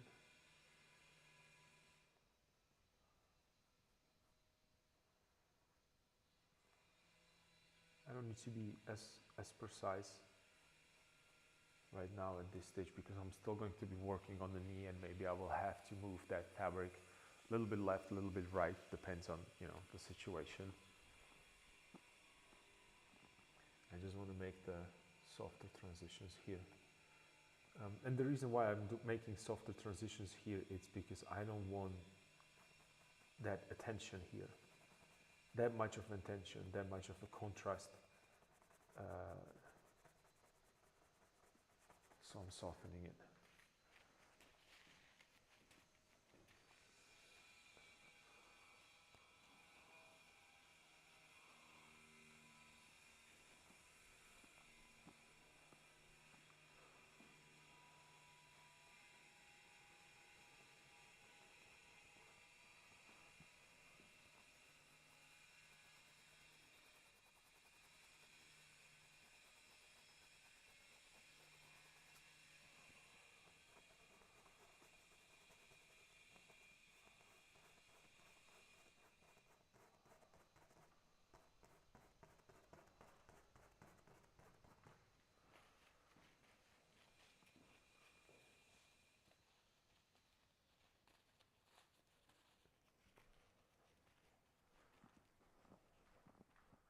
Cool, this is going to be a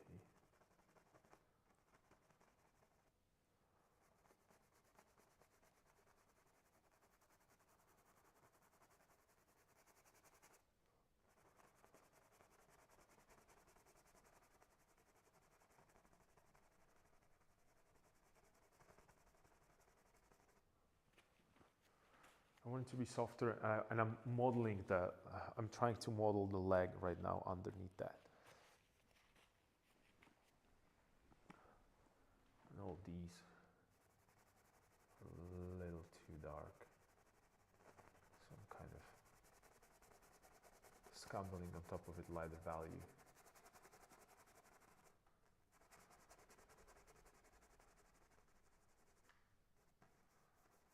Softer transitions. Looking for these happy accidents.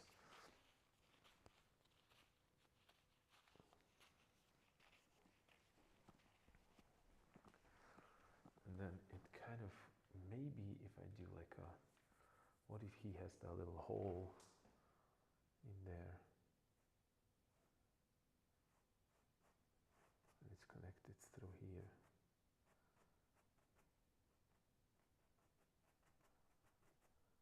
So a little bit shows through because it's like a torn part of that.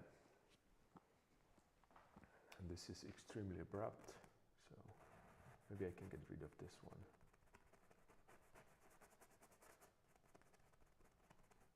flatten it here where it needs to be wrinkled. Because there was suddenly too many wrinkles on in one area, and automatically there was an enormous amount of detail. Therefore, you know, your eye wants to go there immediately. And I want you to kind of stumble upon that rather than just, you know,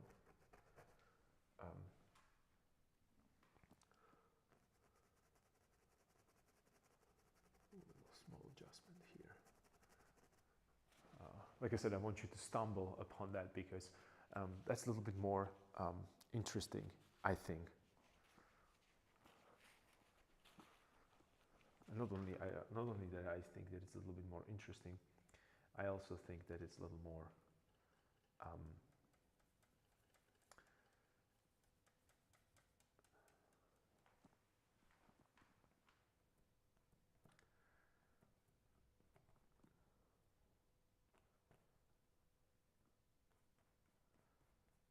that works better in terms of composition.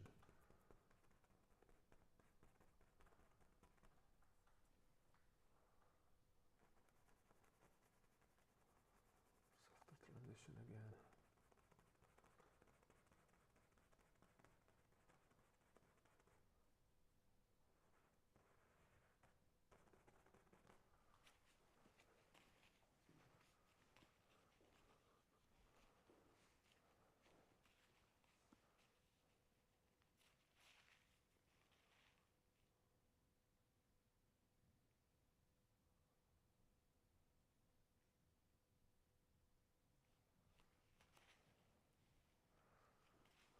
Okay, I need to push this leg forward a little bit more. Okay, all right, so there's going to be definitely a leg adjustment here, for sure.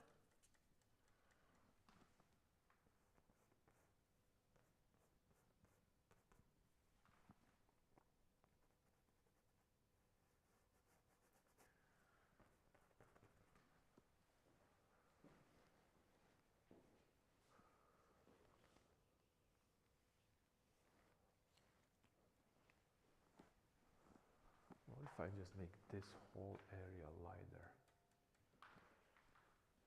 and flatten it, like make it a flat shape, so it doesn't necessarily fight for attention as much.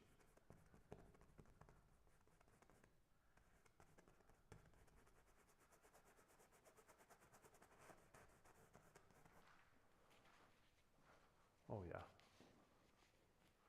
that makes way more sense, way much more sense.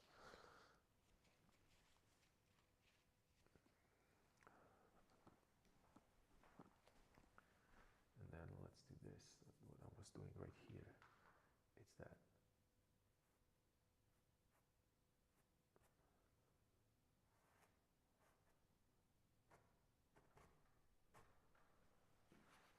Like I want to have like a little, like a broken edge there, so it doesn't feel that it's completely, and then maybe this is too light.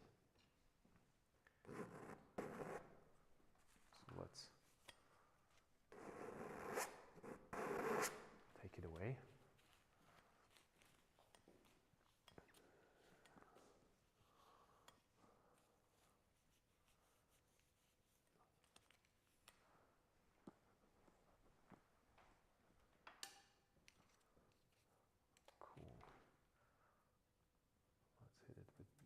This and a little bit of black.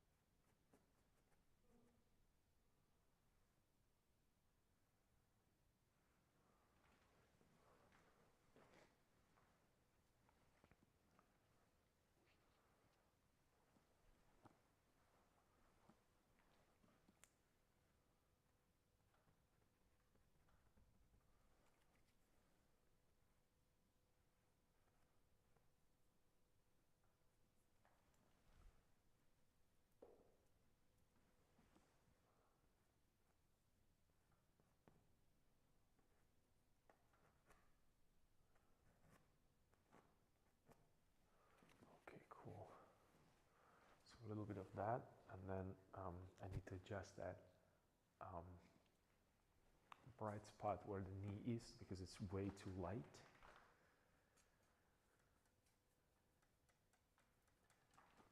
So let me just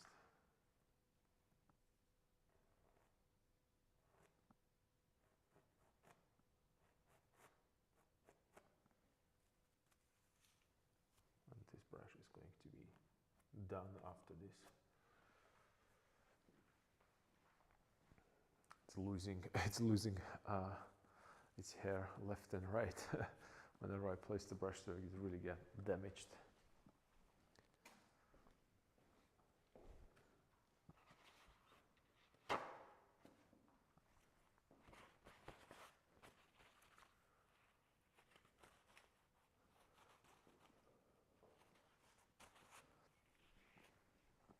So I'm slowly progressing.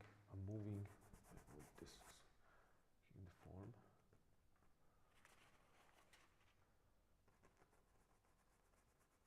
Trying to soften some of the edges, and right now I need to I really darken these shadows way too much.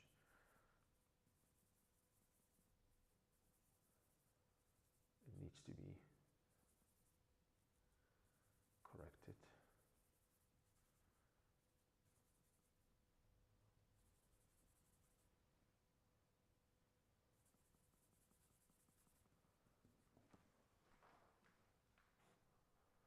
Still too dark, but a nice saturated feel to it. Yeah, better.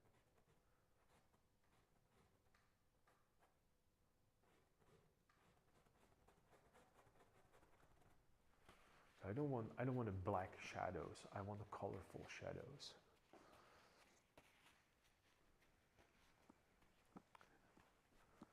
Sometimes we kind of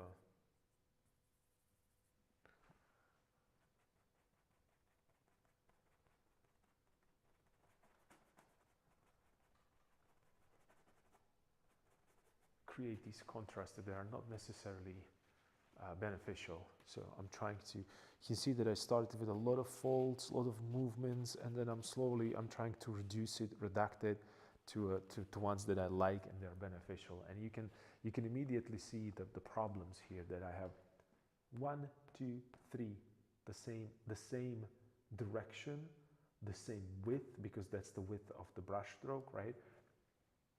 But the same distance between them. That's just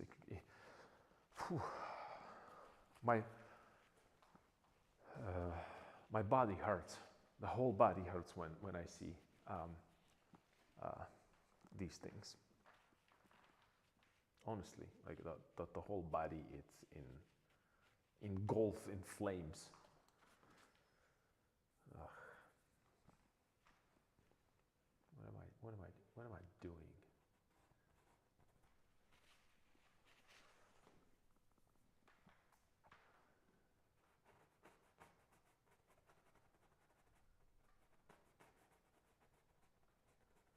So let's simplify it even more. Let's just make one continuous shape there. And let's put a darker value here. So I have so this is going to be in the shadow, because this is from where we are starting. This I have to put into shadow as well, in that case. And the soft transitional value. So it's kind of lurking from underneath.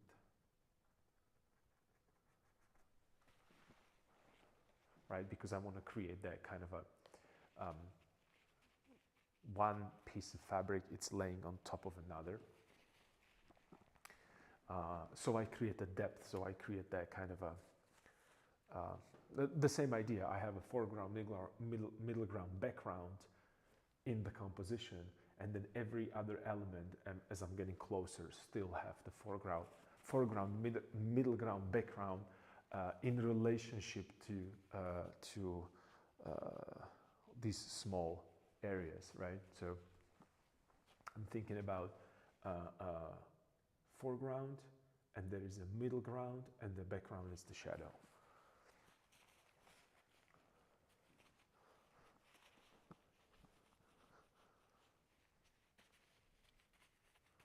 Yeah, this is working way better. I needed to put a little bit more, you know, kind of, I don't want to say like random or ugly folds, but a little bit, you know, less attractive. Let's call them less attractive folds. Just give me a second. I'll be right back.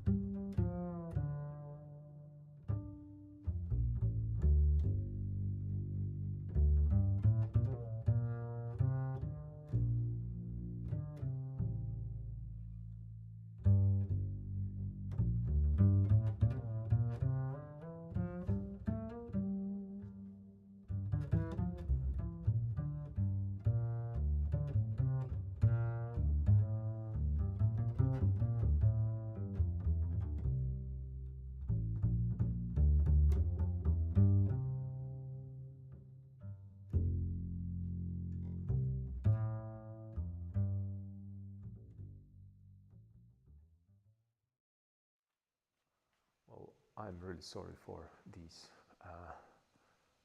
be right backs, but like I said, my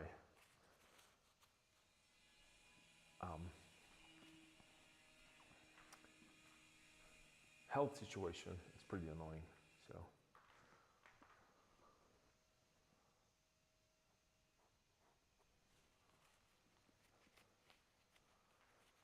whenever I sound extremely nasally, I just have to deal with it.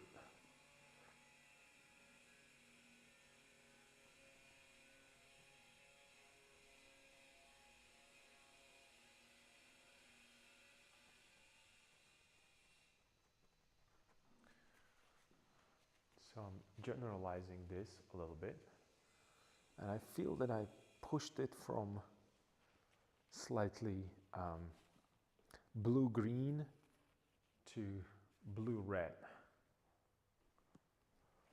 And I'm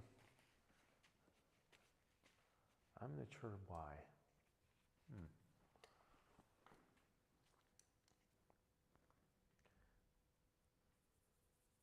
Maybe because we were talking about the purple yesterday for a while.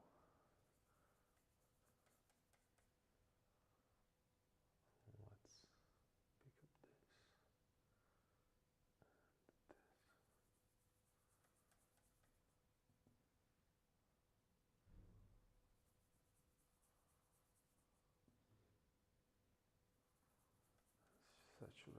Saturate this a little bit. I want a nice saturation.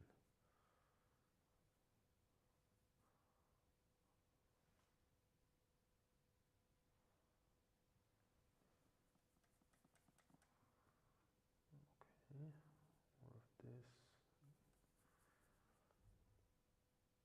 No, let's hit it with the.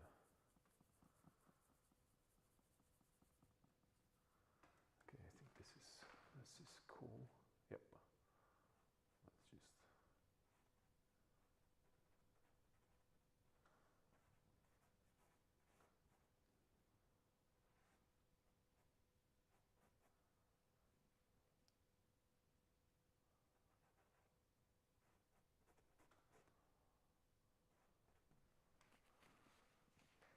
Okay, so there's going to be like a underneath part right there.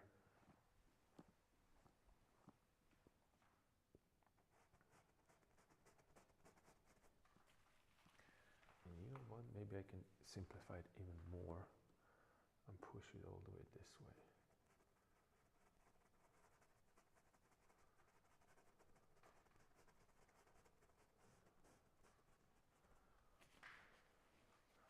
What about this?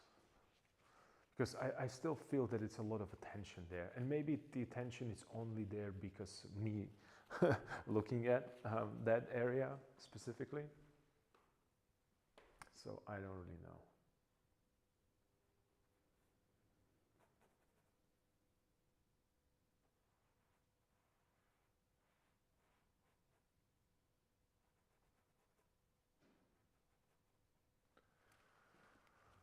Okay, a little bit more of that overlapping.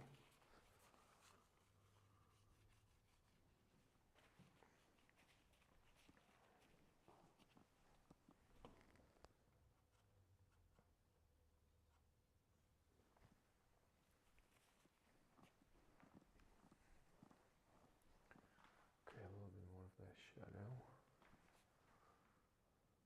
right here. I need a shadow here, and I need it here. Yep. Yep. Because I really want to show that that part is a front of that bunched area there. Maybe I can enhance it even more and push it higher. I'll see. We'll still have plenty of time to decide on these little things. Right now I want to get a general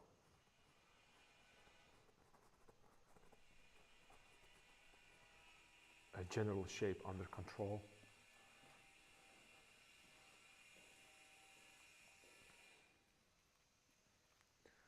I want to get a general shape under control, and then this is going in this direction right here. Okay.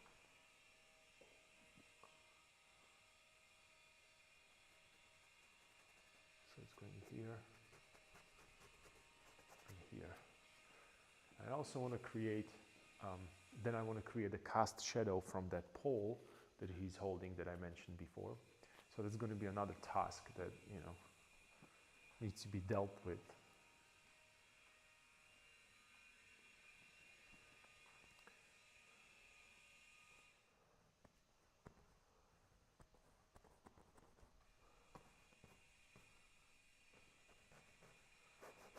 So I'm going to connect this visually right now. I'm going to paint directly over that pole because it needs to be repainted anyway. And plus it gives me a little bit like that reflection of the blueness into the pole, so I might use it in some areas. It's just, I'm not bothered by that. I do this very often actually, that I paint over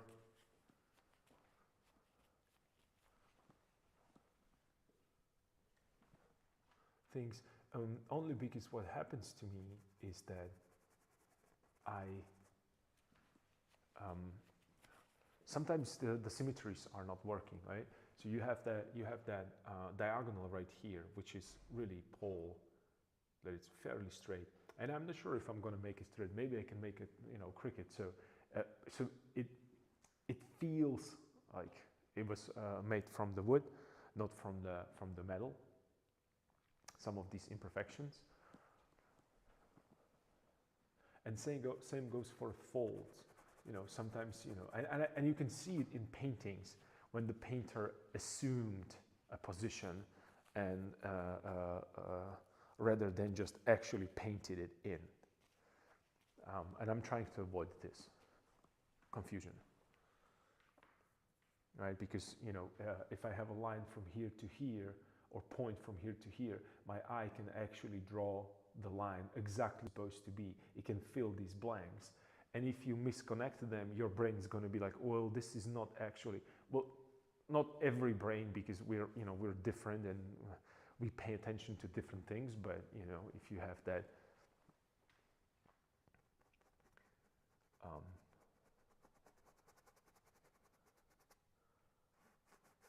what's the name of that? It's not a disease, but if you have that condition, you call it, I don't even know, that you see straight lines everywhere.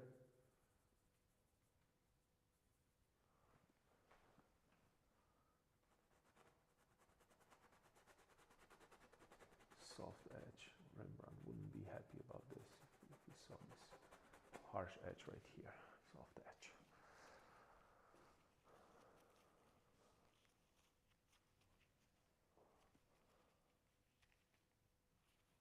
Maybe I could saturate. Well, I can do that later to saturate the shadows a little bit more.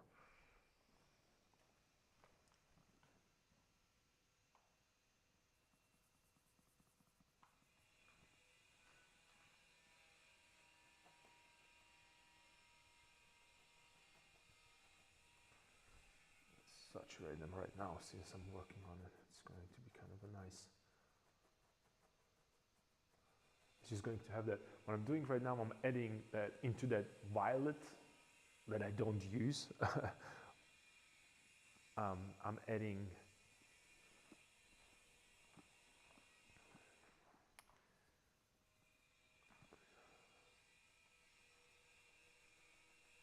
just a pure, straight, not pure, but yellow. And I'm creating that optical illusion that, you know, that the interplay between yellow and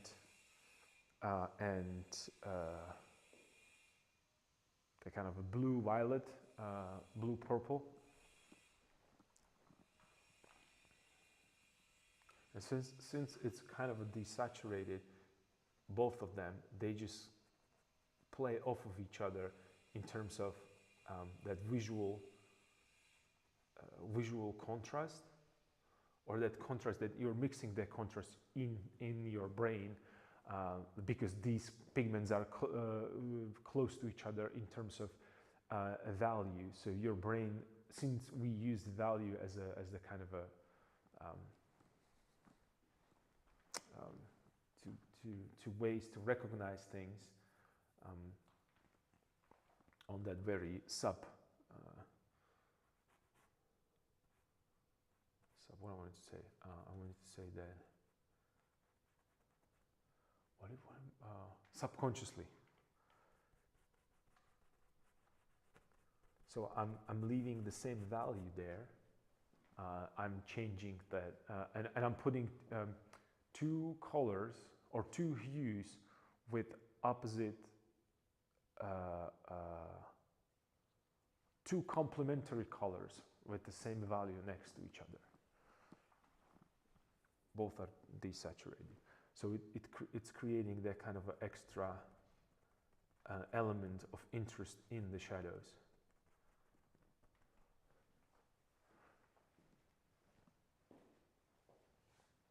So it doesn't overpower what it's not overpowering the light, but it's not necessarily just one boring dark value.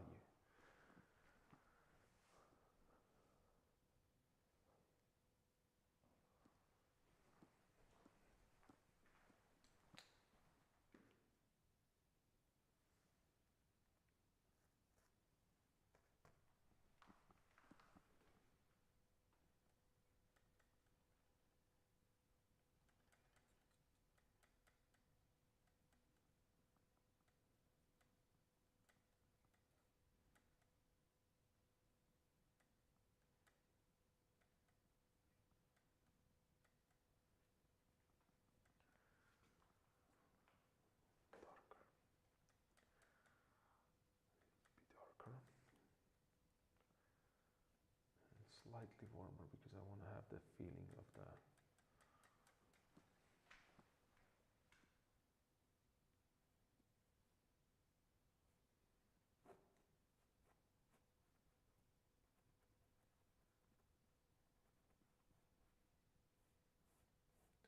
feeling of a light being present here.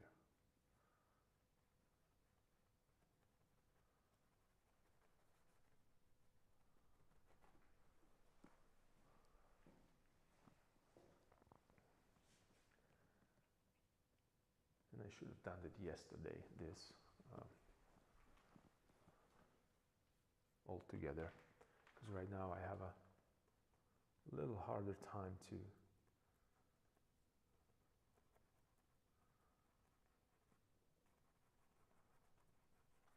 find the same mixtures, but it's okay.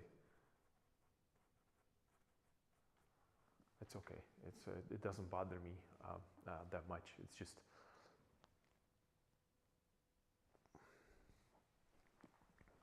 it takes a little bit more time to adjust things. But I know that I use really strictly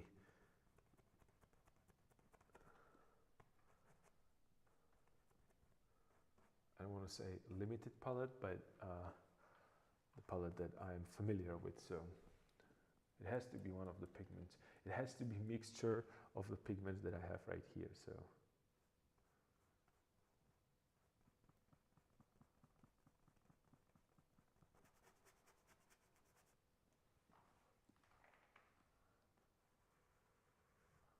maybe I'll just push this way. And then all the way here as another additional element. But then it looks too much. And what if I push it here as well? A little bit more. Okay, so it's going to be here and it's here next to each other. A little bit of the shadow right there. Yeah, this is better. Cool.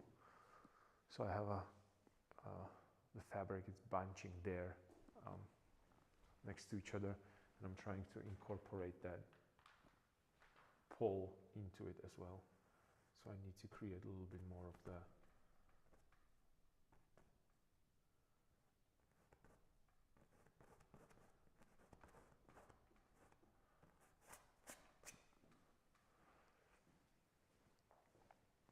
So I'm painting the whole background, and background I mean the everything that is also behind the pole, and right now I can make the pole again.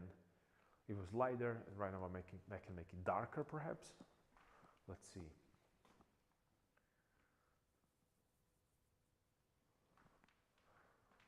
Let's see.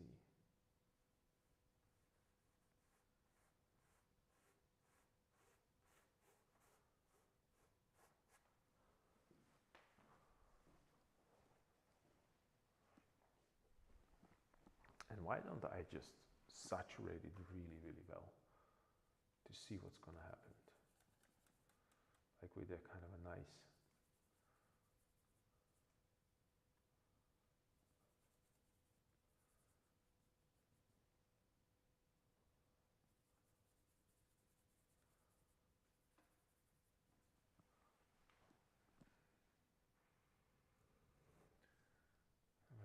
brown pigment, or hue rather.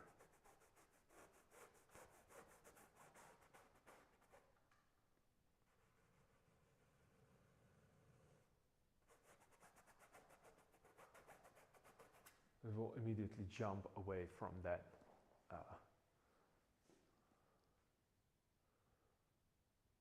pigment underneath.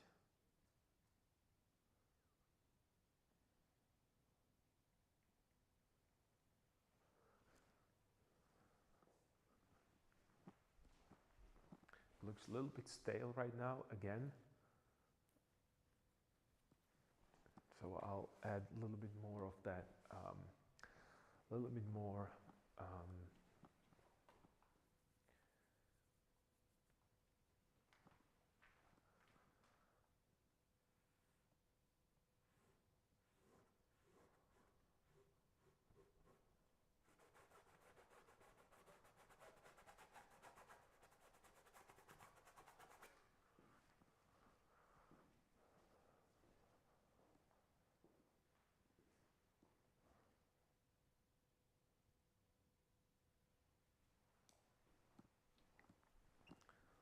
even simplify it even more. This area right here, maybe it doesn't need to be in the shadow. It's just gonna go slowly into a darker value because it's lower, instead of creating that much of the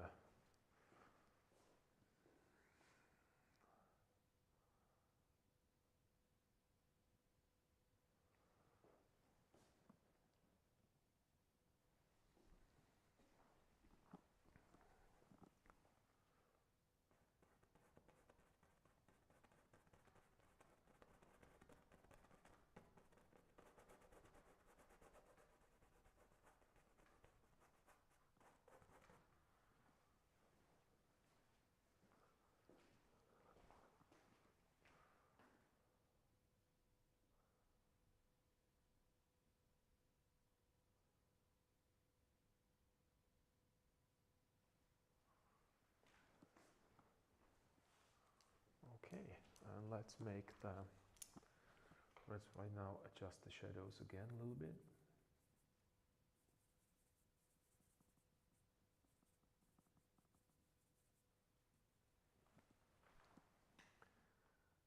We have a little bit of details.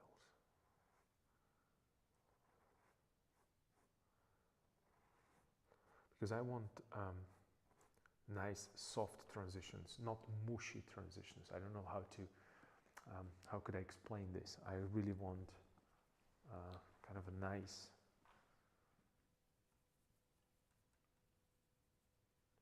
it's not the sharp edge, it's not lost edge, but it's not, somewhere in between.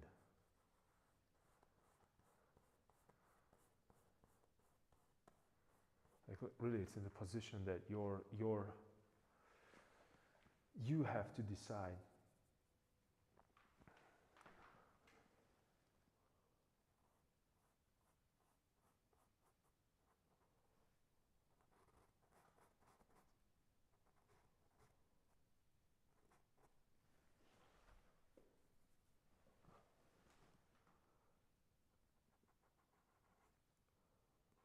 I'm also cleaning up these shadows because they were, you know, a little too disconnected. And then maybe I could just go with this one. Ooh, yep. That's the one. Okay. So this is going to continue. It's from here, and it goes all the way here, and this is where it's going to connect, like so. So I'll create that kind of a layering. Yeah. Cool.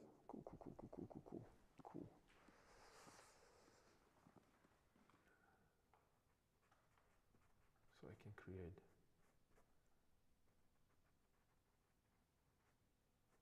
this. Yep. And this would be something, if you remember, Bed Painting Friday. I was dealing with the same problem. It was just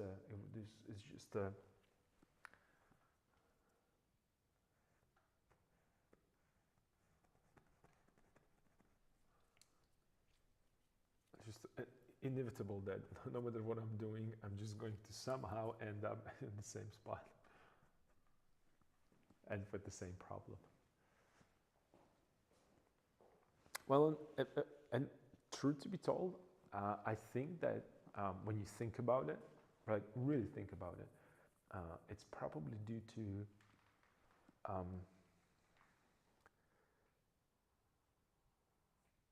that I'm actually dealing with the same issues, right? So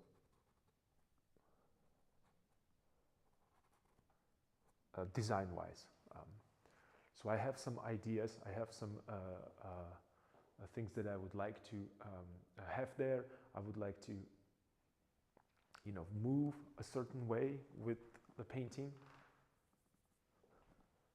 or I would like your eye to move across the painting in a certain way.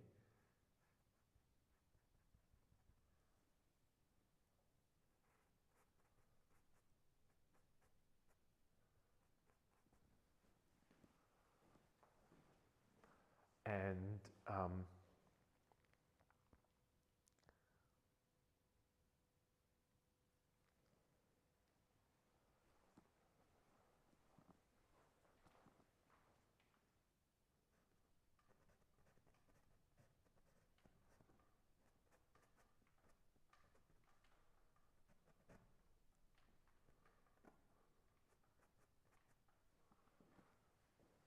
sorry, I'm just okay. So it's connecting from here to there.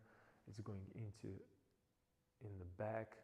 I can maybe push it a little bit more in, but that's going to make him too thin. So rather than that, I'm just going to push it out.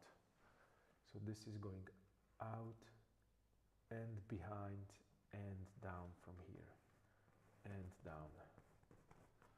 Okay, and again, going into the diagonal.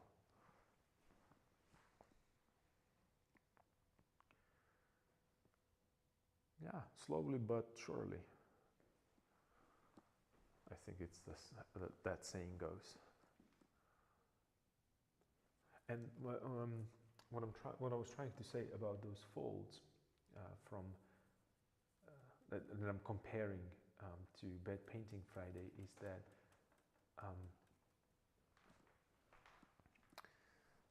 you know, inevitably arrive into the same problem means that I don't understand what's happening.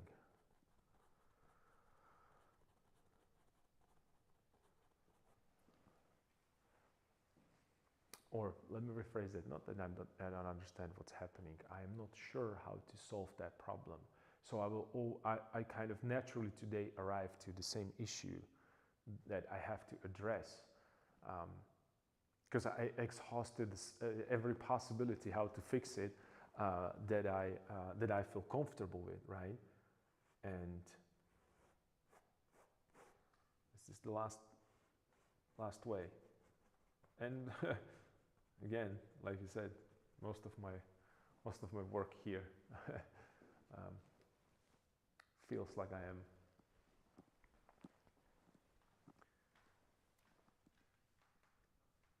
it needs to be a little bit more I'm making mistakes. Almost feels like it's a red there with the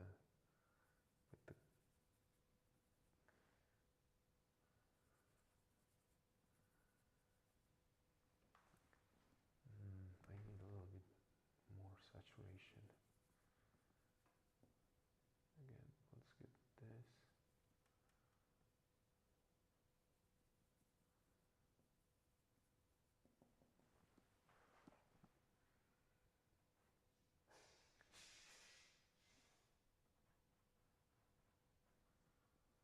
I'm trying to find the corresponding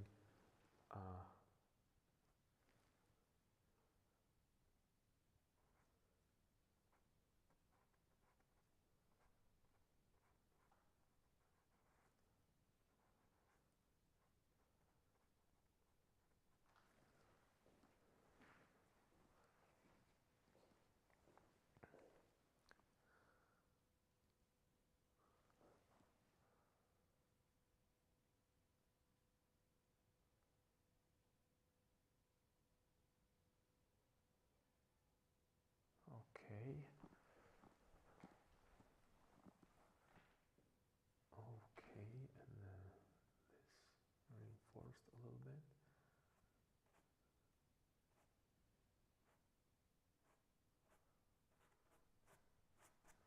So it has a thickness. That fabric is a little thicker, so I'm giving it a little bit more of that side plane. I created a hole there, maybe even another one because of the rugged edge. And right now, let me just create a shadow, cast shadow that is right here that goes into this.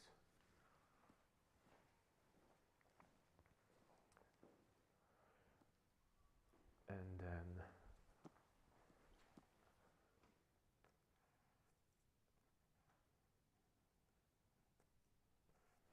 creating a cast shadow here as well.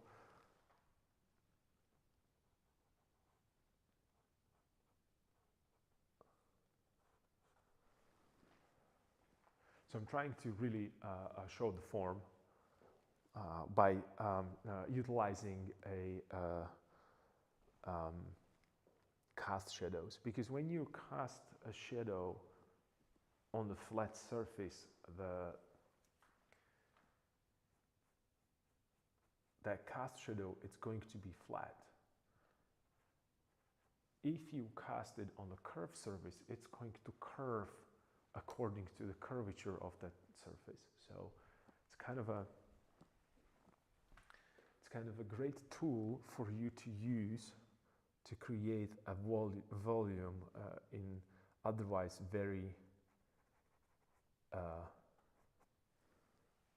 flat areas. Just a nice, cool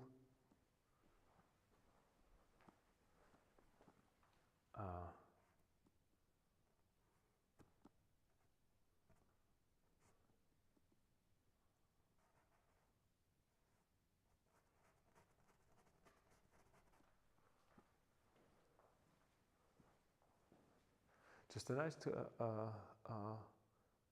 correctly placed cast shadow that show the form. It's really, really valuable tool in your toolbox or skill set.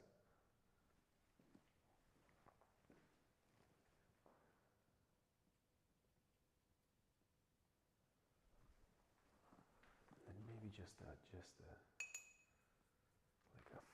funky little fold right here that shows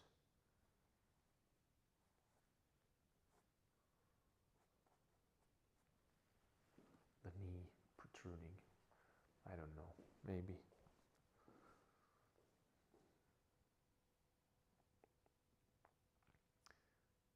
Maybe.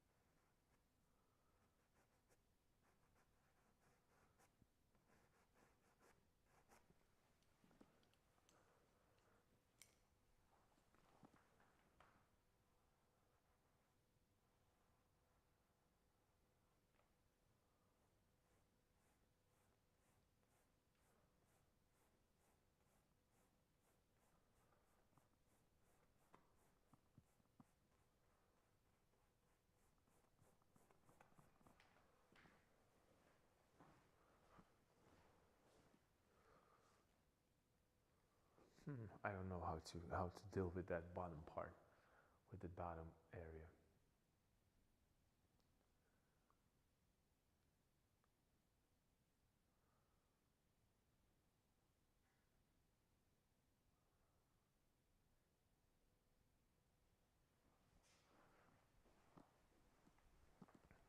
Just going here as it was before, and just going up. Is that the way to go? Most likely. Perhaps the knees are too close to each other.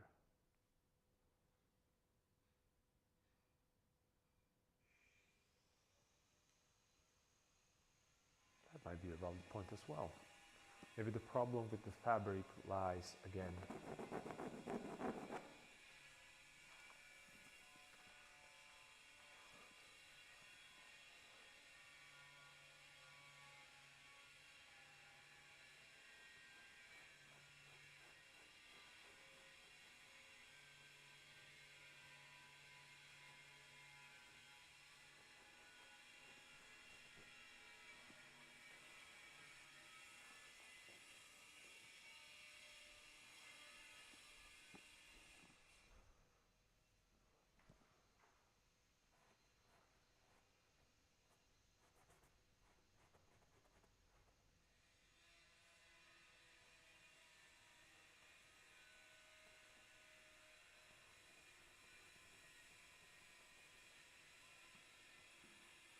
If I push it this way.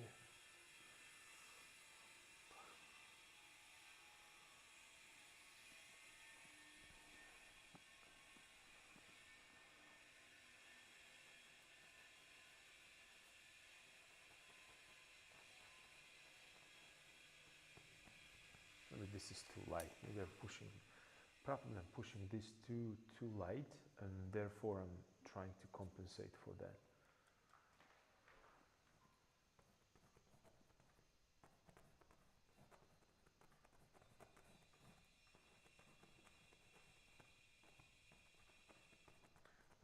Not even too light, but maybe it's it was too blue, or too saturated rather. Yeah. So it felt disconnected, yeah. Right now it recedes nicely into background. Okay, cool. And then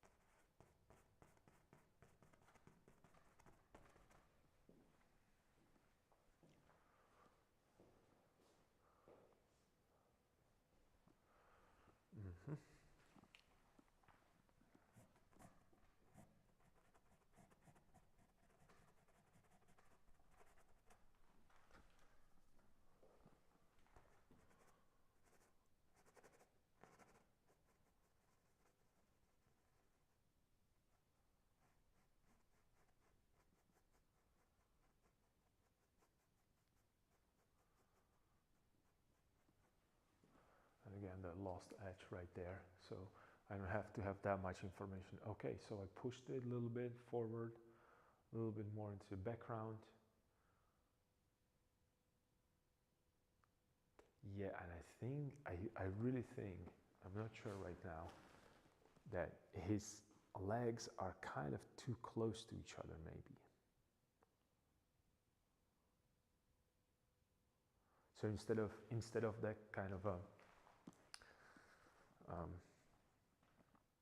the motion that he is going forward, and I put the legs too close to each other, so he looks like this rather than just like an actual.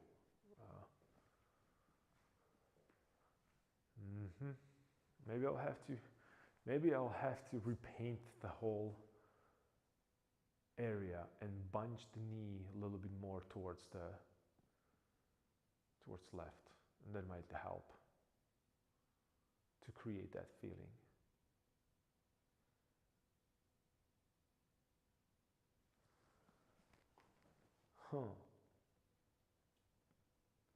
That might be it. That might be the reason why I have a problem with this. But then again, I'm going to, well, let's try that actually. Let's look at that. Maybe really the knees are,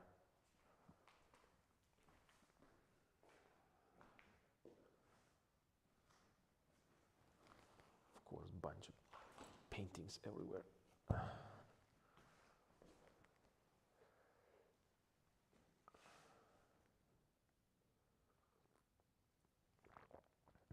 Yeah. And the reason why I feel that the legs are a little too close to each other is that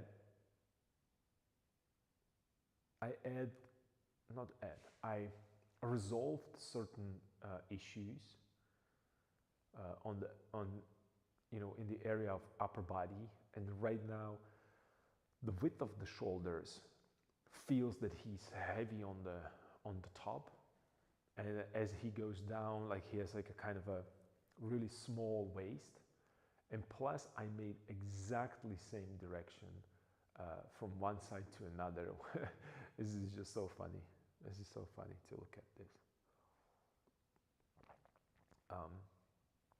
That kind of waistband or whatever the stuff that I.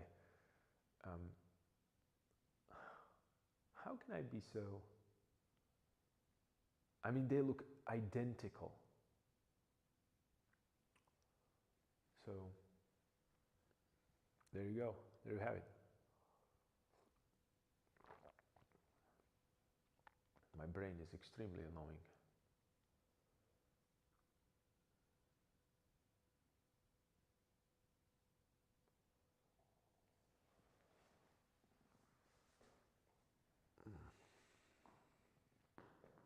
Yep.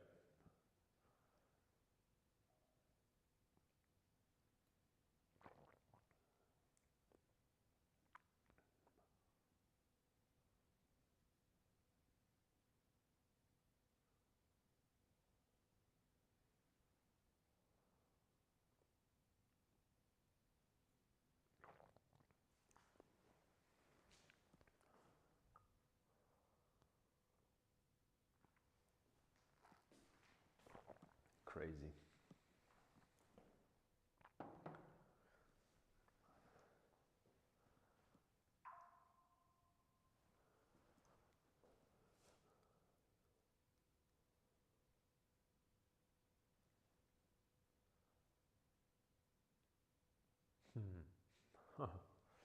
um, yeah, let's just.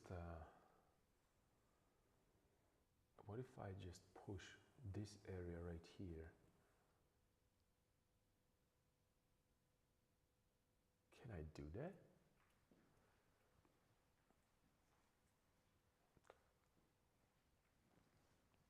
Well, the idea that I'm playing right now in my head is that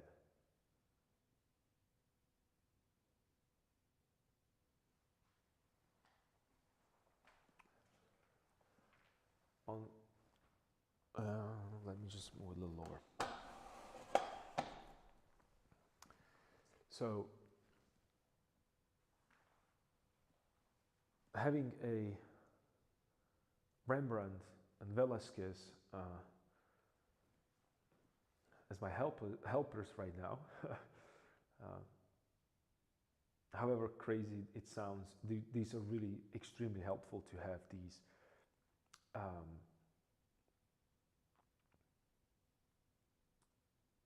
old masters references already, especially the. Did I just? Yeah, I already put the paint there, of course. Having that. Just a second. I need to sneeze properly.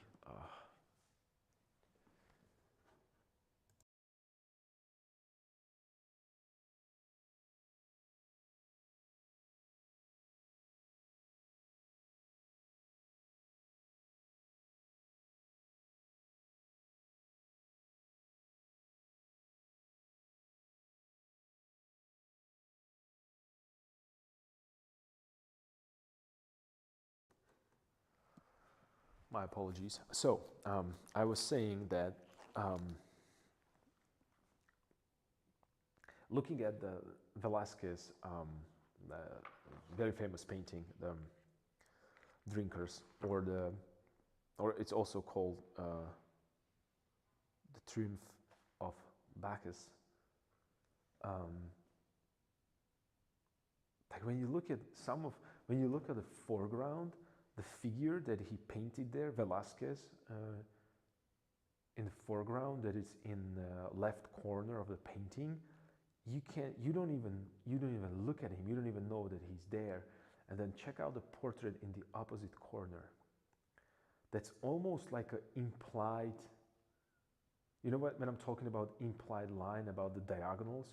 So these two unresolved figures created diagonal, implied diagonal between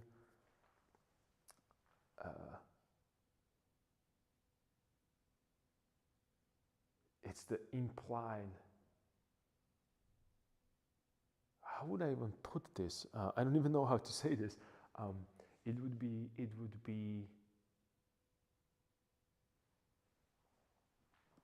he has a unresolved plane in the foreground. No, not unresolved, like really loosely painted with zero details. Maybe 2 details are there. Just a silhouette in the foreground. And then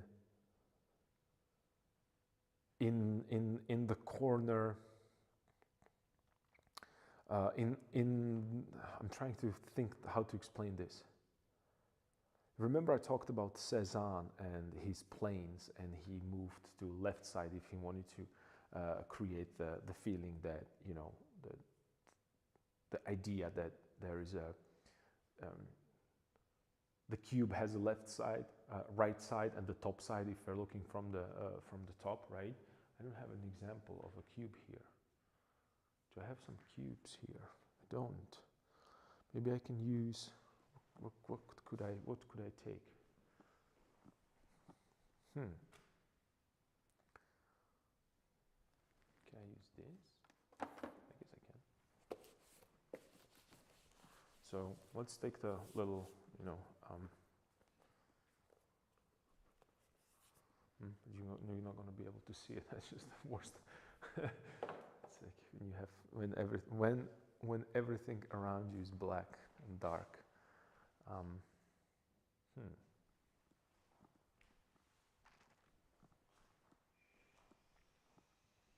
Ooh, I found it.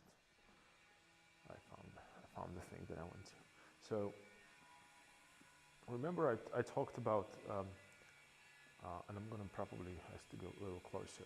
So I talked about the Cézanne, and you can see right now that it's a top plane, it's a side plane, or, you know, left side and right side. So I would also call the top plane front plane and side plane, right?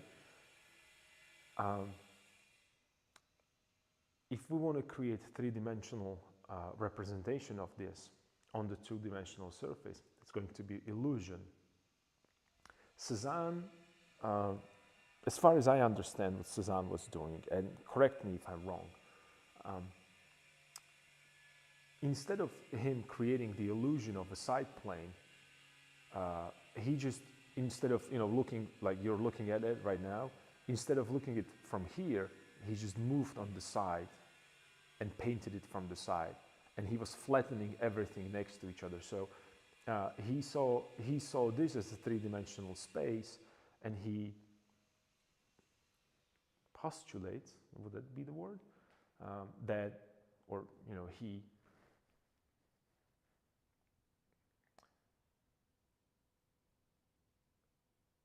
brings something to think about, that why should I create illusion of three-dimensional space if everybody knows that this is a canvas and it has two dimensions, right?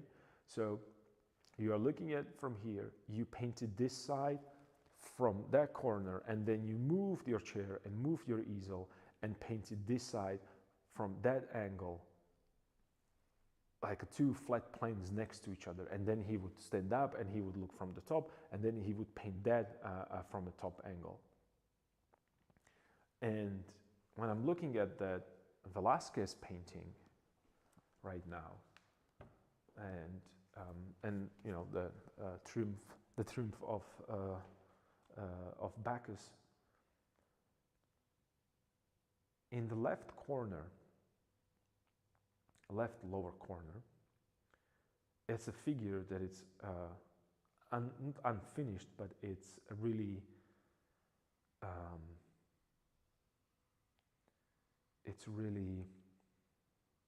underdeveloped with very little detail. Why? Well, because it's a front plane. If he would put any effort to render it or bring it more towards our attention, it would break the idea of a focal point that it's in the middle.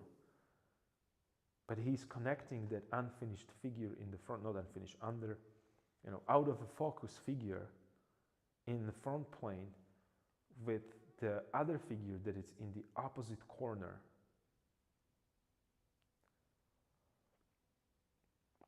Diagonally. And he kind of created that illusion of implied line within the shapes. That's just crazy. That's bonkers.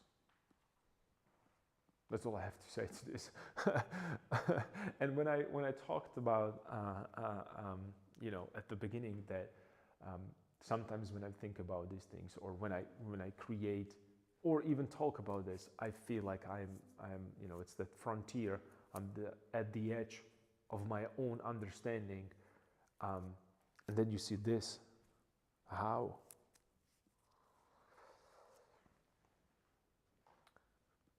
This is probably one of his best paintings, regardless of what I was talking about right now. But the more you look at it, the better. It just everything works. Even the mistakes works. Like how can you, when you look at the little still life that is next to Bacchus's feet, it's outlined. Like how can you if I were to outline something like this on my painting, I wouldn't be able to look at it. It would bother me to the point that I would probably cut the canvas in half. And he just with such a confidence, no, let me outline that. Why? I don't know, because I want you to look at it. Oh man.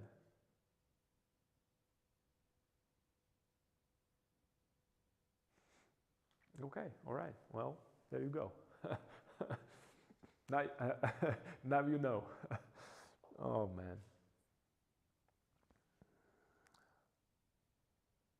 I don't want to say that it's ridiculous, but if you are listening to me or watching even and not painting as you're supposed to, just check it out. Really, just Google that Velázquez painting and look at your painting or your drawing or your art and ask yourself, am I really utilizing everything that I have to create that beautiful composition within a composition? Because when you think about it, those two figures really create diagonal implied line, which goes against the diagonal of a Bacchus, and the figure behind the Bacchus with his body is creating diagonal that's connected to a hand, to an arm and the hand, and then the whole body, which is underlined or exaggerated with the dagger that is in his back. That's just implied line through these elements, and he's just really playing that diagonal with details, and there are really detailed things. And then he juxtaposes it or balance it with the diagonal that goes the other way around. Not only from left bottom corner to right top corner, but also from foreground to background, so kind of piercing the middle of the canvas. I don't know what to say. If you don't have a goosebumps as a painter seeing this, then I don't know what I don't know what more I can say to excite you about painting. Awesome. That's just awesome.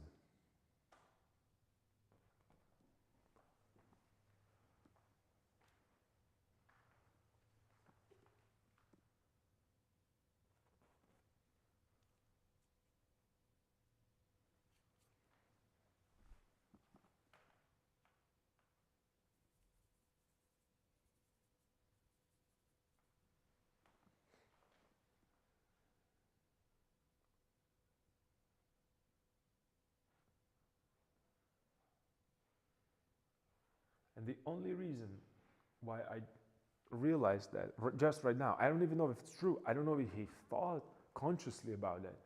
Uh, but the important part about this is that I I wouldn't be able to see it, what's happening there, unless I would paint this particular painting. And I wouldn't be able to try to solve the similar problems that he's solving. It's the kind of a great feeling of connection between painters and that legacy that you are pushing forward. So please, if you really part of this kind of legacy, push yourself. I'm seriously, push yourself. Don't do these half finished, half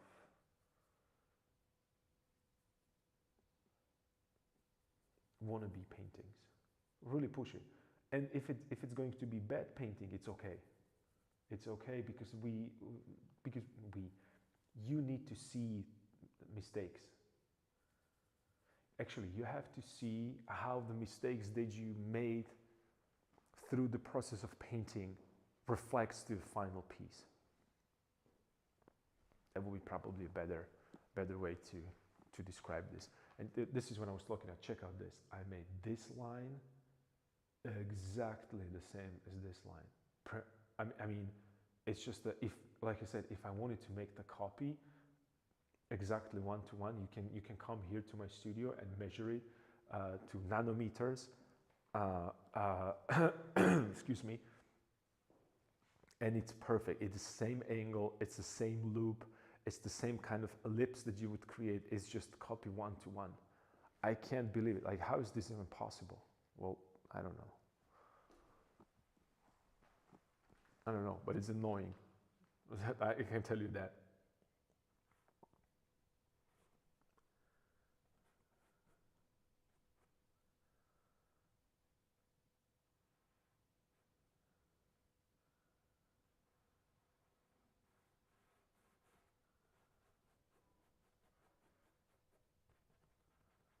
Softening these edges right here.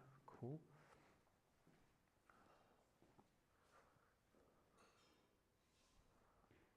And again, I don't want to create a dark hole there. I just want to create that that area where a light cannot really get into. But I don't want to overpower, the face. So I don't want it to be as dark.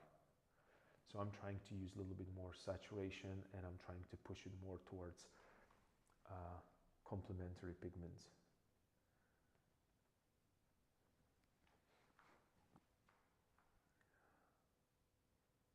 So this is going to be shadow till here, and then the fold going here and here. Right, so maybe I could push it a little bit more saturated, with more saturated pigment. What is happening here?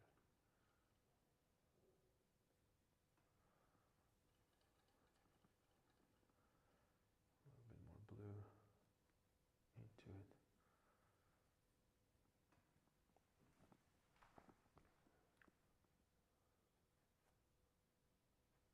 And again, I don't want to incorporate this pigment or this paint into existing paint, so it doesn't, overpower what's happening there. I just wanted like little imperfections, little, and not imperfections, little, pockets of interest. Would that be a maybe way to say it?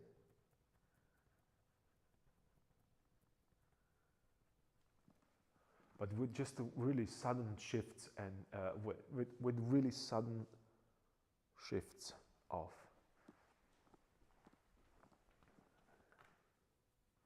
And then maybe here,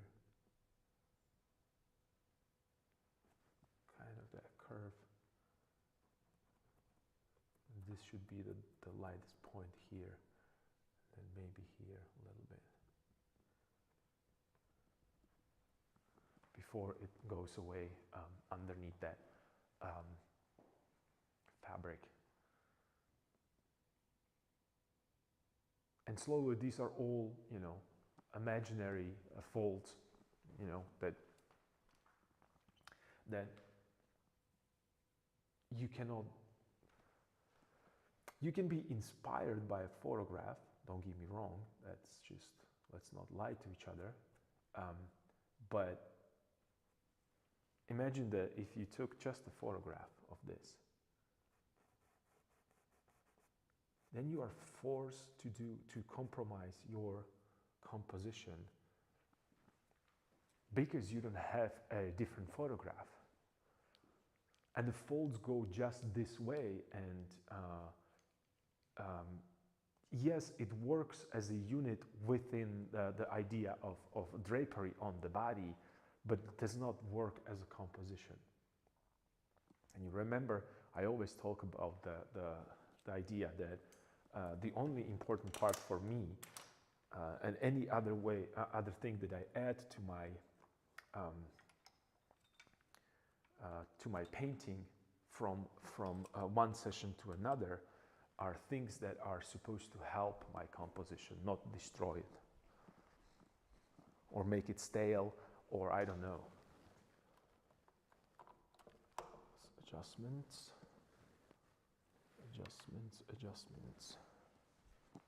I should probably go ahead and get a proper C-stand for this.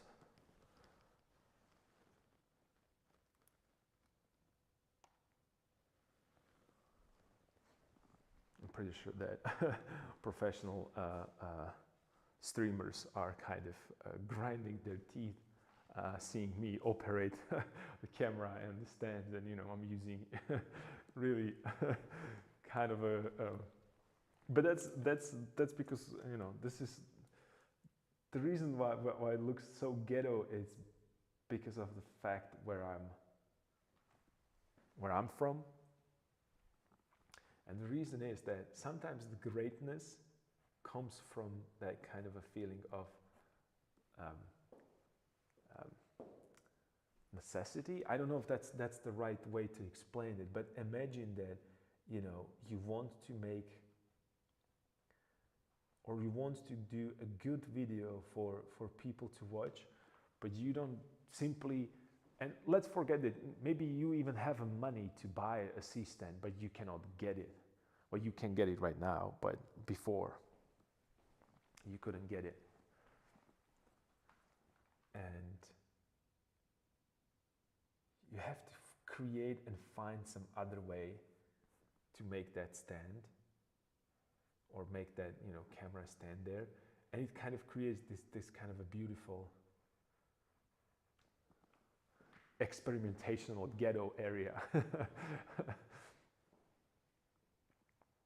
And I prefer to create my own things, my own palette, my own stands, because they are catered to me rather than me just working for that material.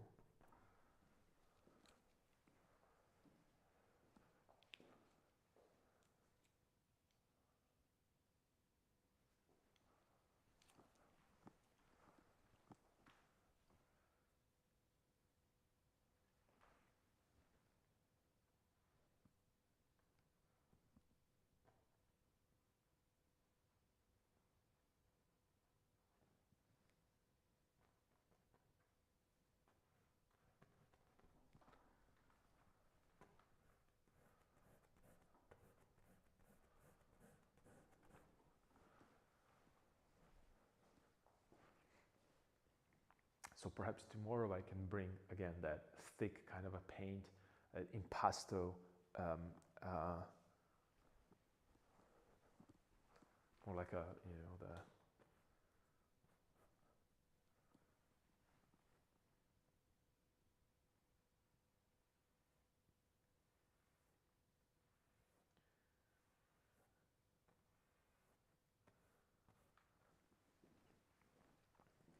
kind of, you know, the bravura brushstrokes that, you know,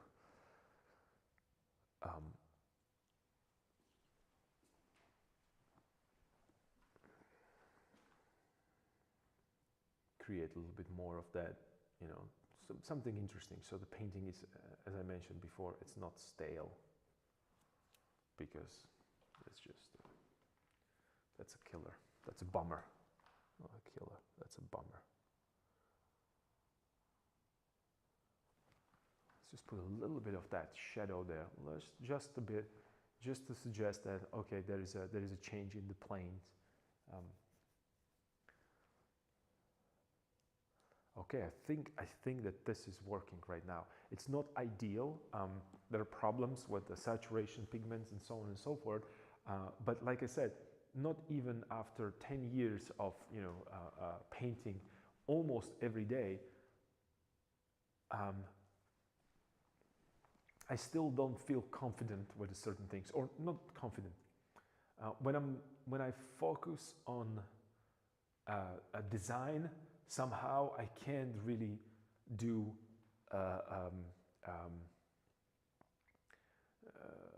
I can't really deal with the color and the value simultaneously. I don't know why. Maybe I need to practice more of these things, and that's why that Bed Painting Friday is so fun to do, because you can clearly see the limitations of your skills.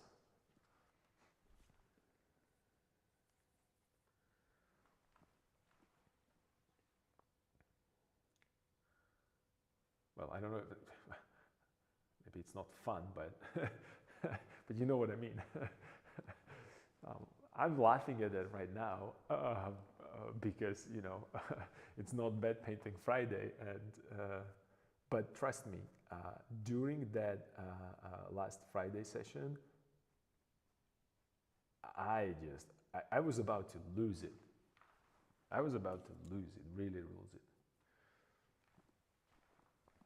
And then I realized, no, it's just, wait, I love to paint. It's all good. It's all good. It's all good. No need to be aggressive or being annoyed with just a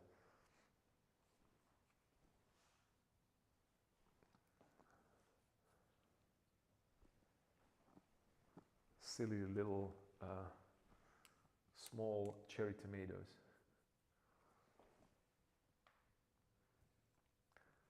Because I have to tell you that if cherry tomatoes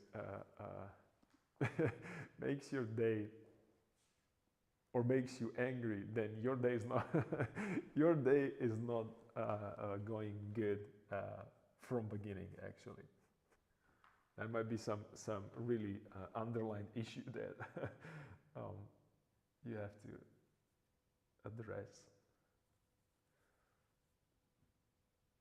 So that's what was happening in my mind, and I was like, no, there's the only problem that I have is the composition, 100%. I was trying to lie to myself. You know how to paint, man. Like, seriously, just get it together.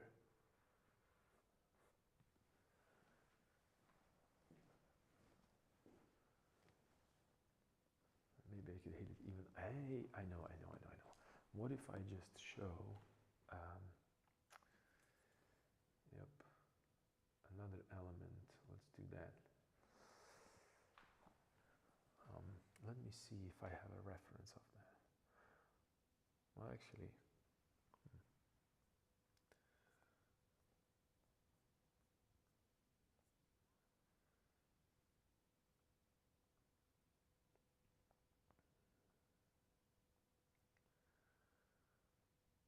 I might have a reference for that. Okay.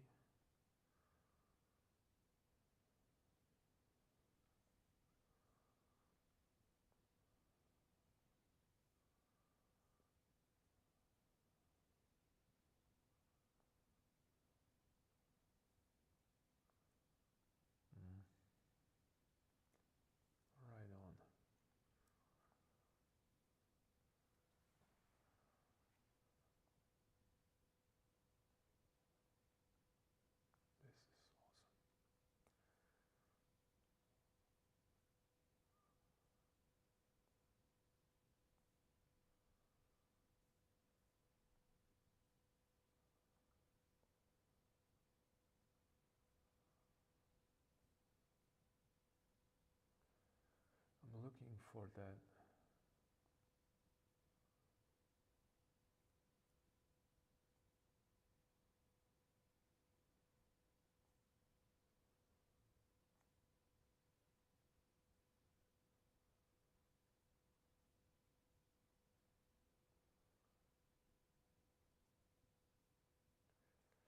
For that photo reference.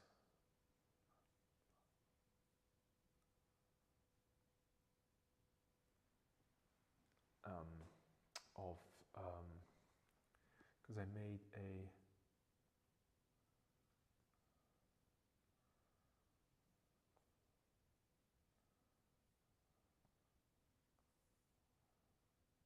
I use myself as a I have that rope, you know, and I again pose myself with that rope. Maybe I can, you know, bring the rope again.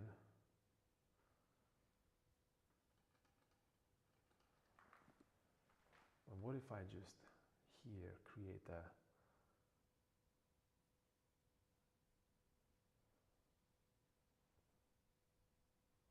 so it's going in here and it's holding his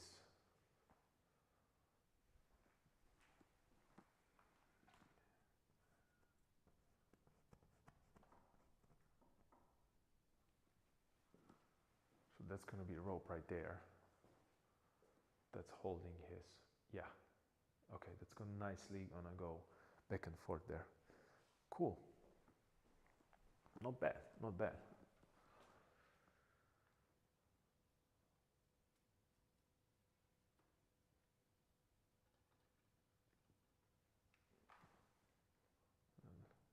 Catch a little light there.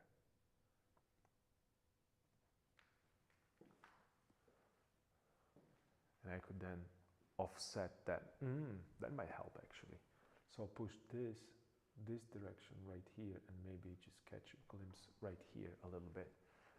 And then at the oh, okay, yep. The fabric. And now we're cooking. Now we're cooking. And then this fabric, it's bunching over that and it's dropping down. Nice.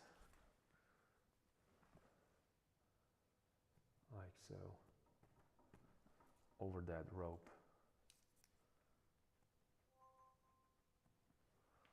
Over that rope.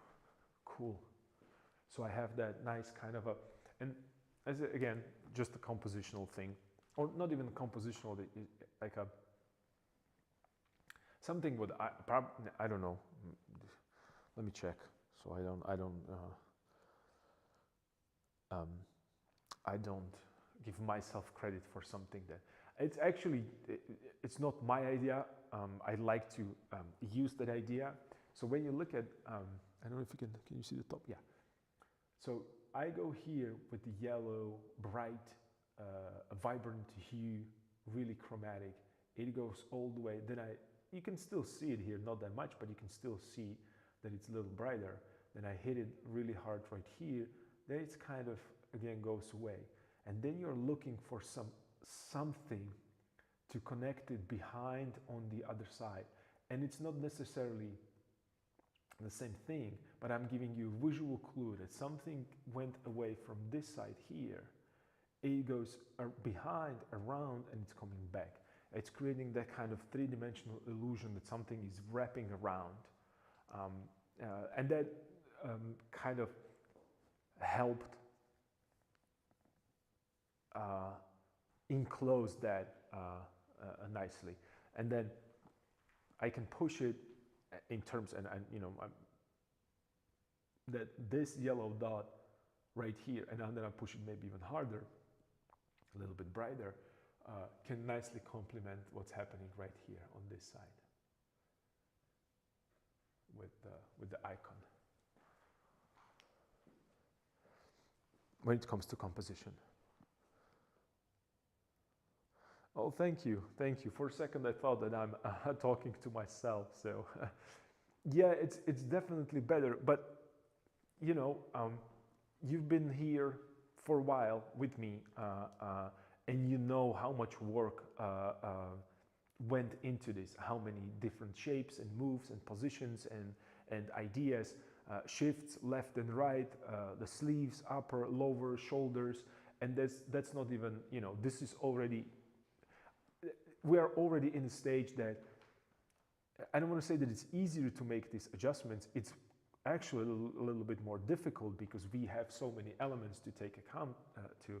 But I've been moving things around, and if you check the previous videos on YouTube in the history, because there is a library of previous streams, I have been working on this area. I'm not happy, even right now, I'm not happy with that area very much. But this is as close as I could get to some placement of his feet. So it's kind of a really a long journey. And the funny thing is that, you know, their journey reflects my journey. So that's what I was talking about. You know, the painting is important, not in terms that this particular painting and what I'm doing right here is important, rather than the idea behind that painting. So yeah, but here another thing is that I am kind of not happy. I'm satisfied today. And again, it's still, this is so funny. I have to go back and forth to this all the time. There is a problem lurking right here behind the main figure. It's just, you know, really lurking behind him. So.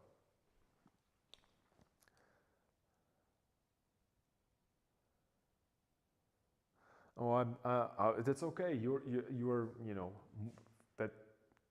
I'm okay that if you're quiet, you don't feel like talking, or you are distracted with other things. I got it. I absolutely got it. The important part is that if you have some, if you get some value from this stream, that's more than enough. You don't need to.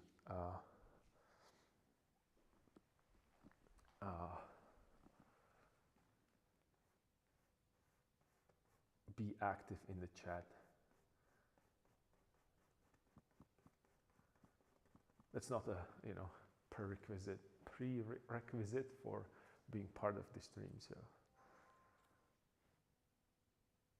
but yeah, it's still a lot of work. But at least, you know, I don't want to say that I'm moving towards the right direction. I picked the direction, and that.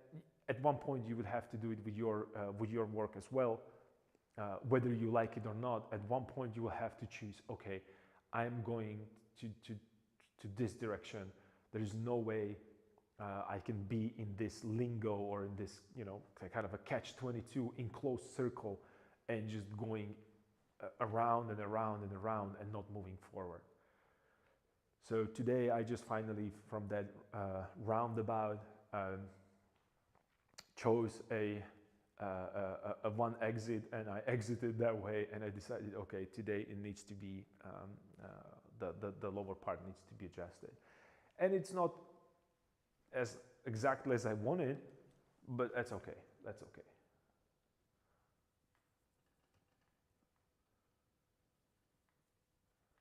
There, like I mentioned at the beginning, there is 95% of my work are mistakes. So. Maybe I could push this a little bit more.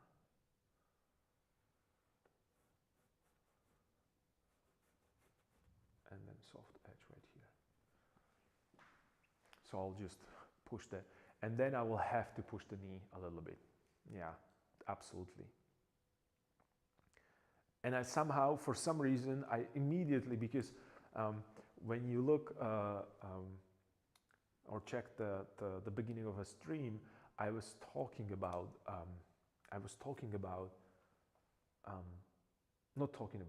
I actually covered this area right here because I wanted to create a nice silhouette. And the moment that I covered that part right there, I saw the problem with legs being too close to each other. And that might be also it's slowly getting together.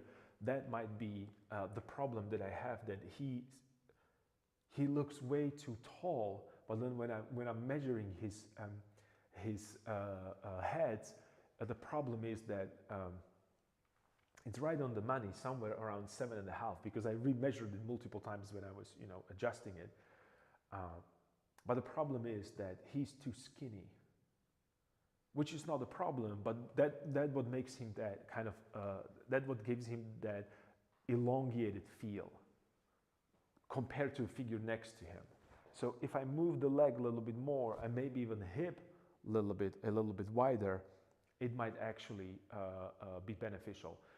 The one thing that I'm worried about is that whether or not it's going to then change the composition a little bit. And it's going to be leaning heavier on this side. I don't know. Well, I have to paint it there. I have to see it. There's no other way around that.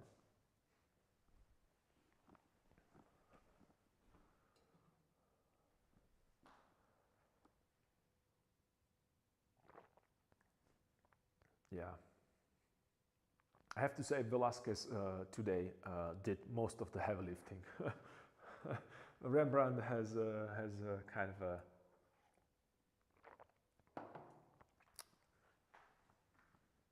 he was just chilling. Rembrandt, I'm picturing Rembrandt right now sitting in the armchair, just observing, and Velasquez took the driving seat. And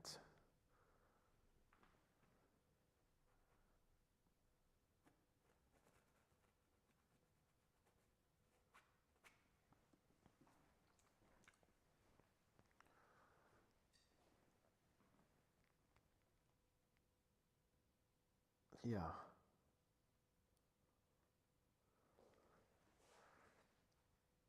Okay. So right now, the obvious problem, which was one of the biggest pluses of this painting, or the pros of this painting, happens to be just a ginormous problem. Not problem, underdeveloped part. It's the hands and forearms. And then when I push those, I would have to adjust the pole that he's holding in his hand. And the moment I do that, I will immediately be aware of the portrait being absolutely underdeveloped. And you can get into this circle of, moving from one spot to another, or one place to another, and just pushing it even more and more. But then today again, Velasquez in the driving seat, he just put that, completely just a silhouette of a figure in the foreground. And then what happened in the background with the other silhouette, that he perfectly rendered that beautiful hand, and everything behind that hand is just it's just, it almost feels like a excuse me, it almost feels like someone else painted it. It was like it feels like no, I want to be here as well. It looks like a student in the studio, and I always felt so not fortunate, blessed. No, even I don't know. It was kind of a like a reward when master called some of the students to help him into his own studio, or do some adjustments for his figures, or using me as a model for for his painting, and this is exactly that feeling, that these are all the students that Velasquez chose to pose for him, right? And then there is one student, no, I want to be there as well. There is no way that he's going to leave me out of this painting. So yeah, pretty funny.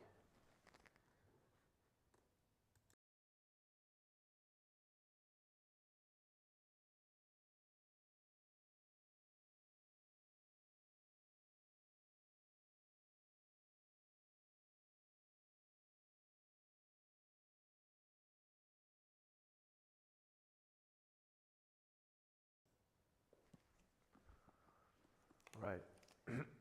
Excuse me. So yeah, it's going to be definitely hands. And then I can see immediately that this hand is a problem. It again looks like it's cut out from the painting when I'm looking into a reflection. And the reason is that, you know, the shadows are not working right now, and especially the shadows underneath the hand. It needs to have a shadow. And that's why I was thinking that maybe I could push this really light right here. So the sun, the light is actually showing through right here. And this is all in the darkness because he's kind of, you know, bent forward. I don't know. I have to test that theory, because it would also help the composition. I could maybe hit his face little more pronounced, little lighter, and then push this little lighter as well to create that implied line, again, the diagonal, which kind of helps this diagonal even more, right? And then I would have a light against the dark background, and then dark background against the light background. That interplay that I was talking about, the hands before, that I have a one hand on the for the painting of a night. So I have one hand. They are both same values, but because of excuse me, pardon me. Because of different backgrounds, one hand is on the dark background and one hand is on the light background. They just look completely different. So it's creating that, you know, another step in terms of interest. So it's not the same. It's the unity within the variety and variety within a unity. So yeah, I hope that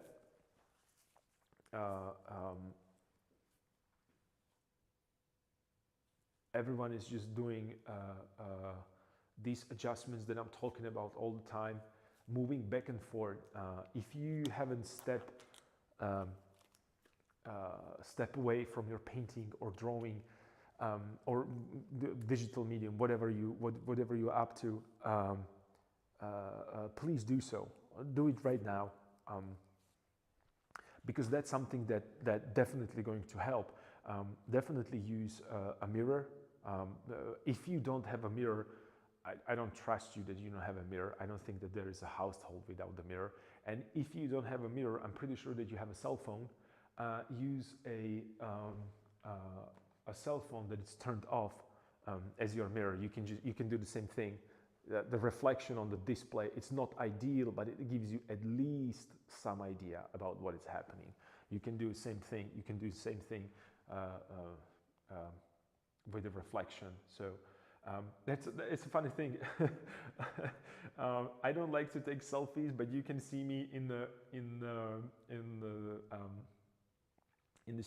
studio or in the atelier always like this, because I'm just looking for the reflections, and it always I felt, whenever I did that, I felt very uncomfortable, because I am really not a selfie person. I have maybe 7 selfies through my entire life. I'm probably the only person that never complained about too little memory on his phone. I don't really take pictures. I probably take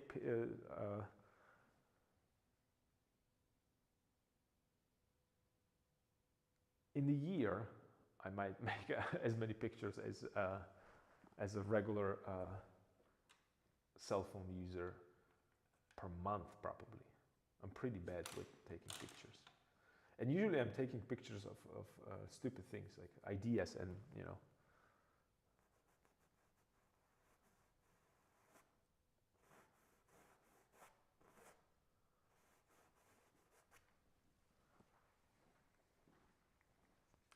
So yeah, this is the, you're not a selfie person either. Yeah, well, I don't know. Some people likes to take selfies. They know how to take selfies. They know how to take amazing selfies. Not me, man. Not at all. I'm probably the worst there is there. And it might be because I'm obsessing about the composition, that I see some hair going a different direction, and the eyelid is not in the right position. You know, it's just a professional deformation with composition being, you know, the center of my life at this point, professionally, right? So yeah, this is going to be it for today. I want to, I don't want to disturb you. I want you to continue working on your paintings. And I'm definitely going to be here tomorrow, continuing with this struggle, with this, you might consider it a large painting, but it's still just a fragment. Yeah, if there are any ideas or something that you would like to add to this painting discourse streams, feel free tomorrow. You know, I'm going to be here from 12 to 4. What is it? Standard? No, Central European time. That's how Central CET, I think it is. Yeah, I hope to see you. Hope to see you tomorrow. Have a nice rest of the day. Take care. Bye.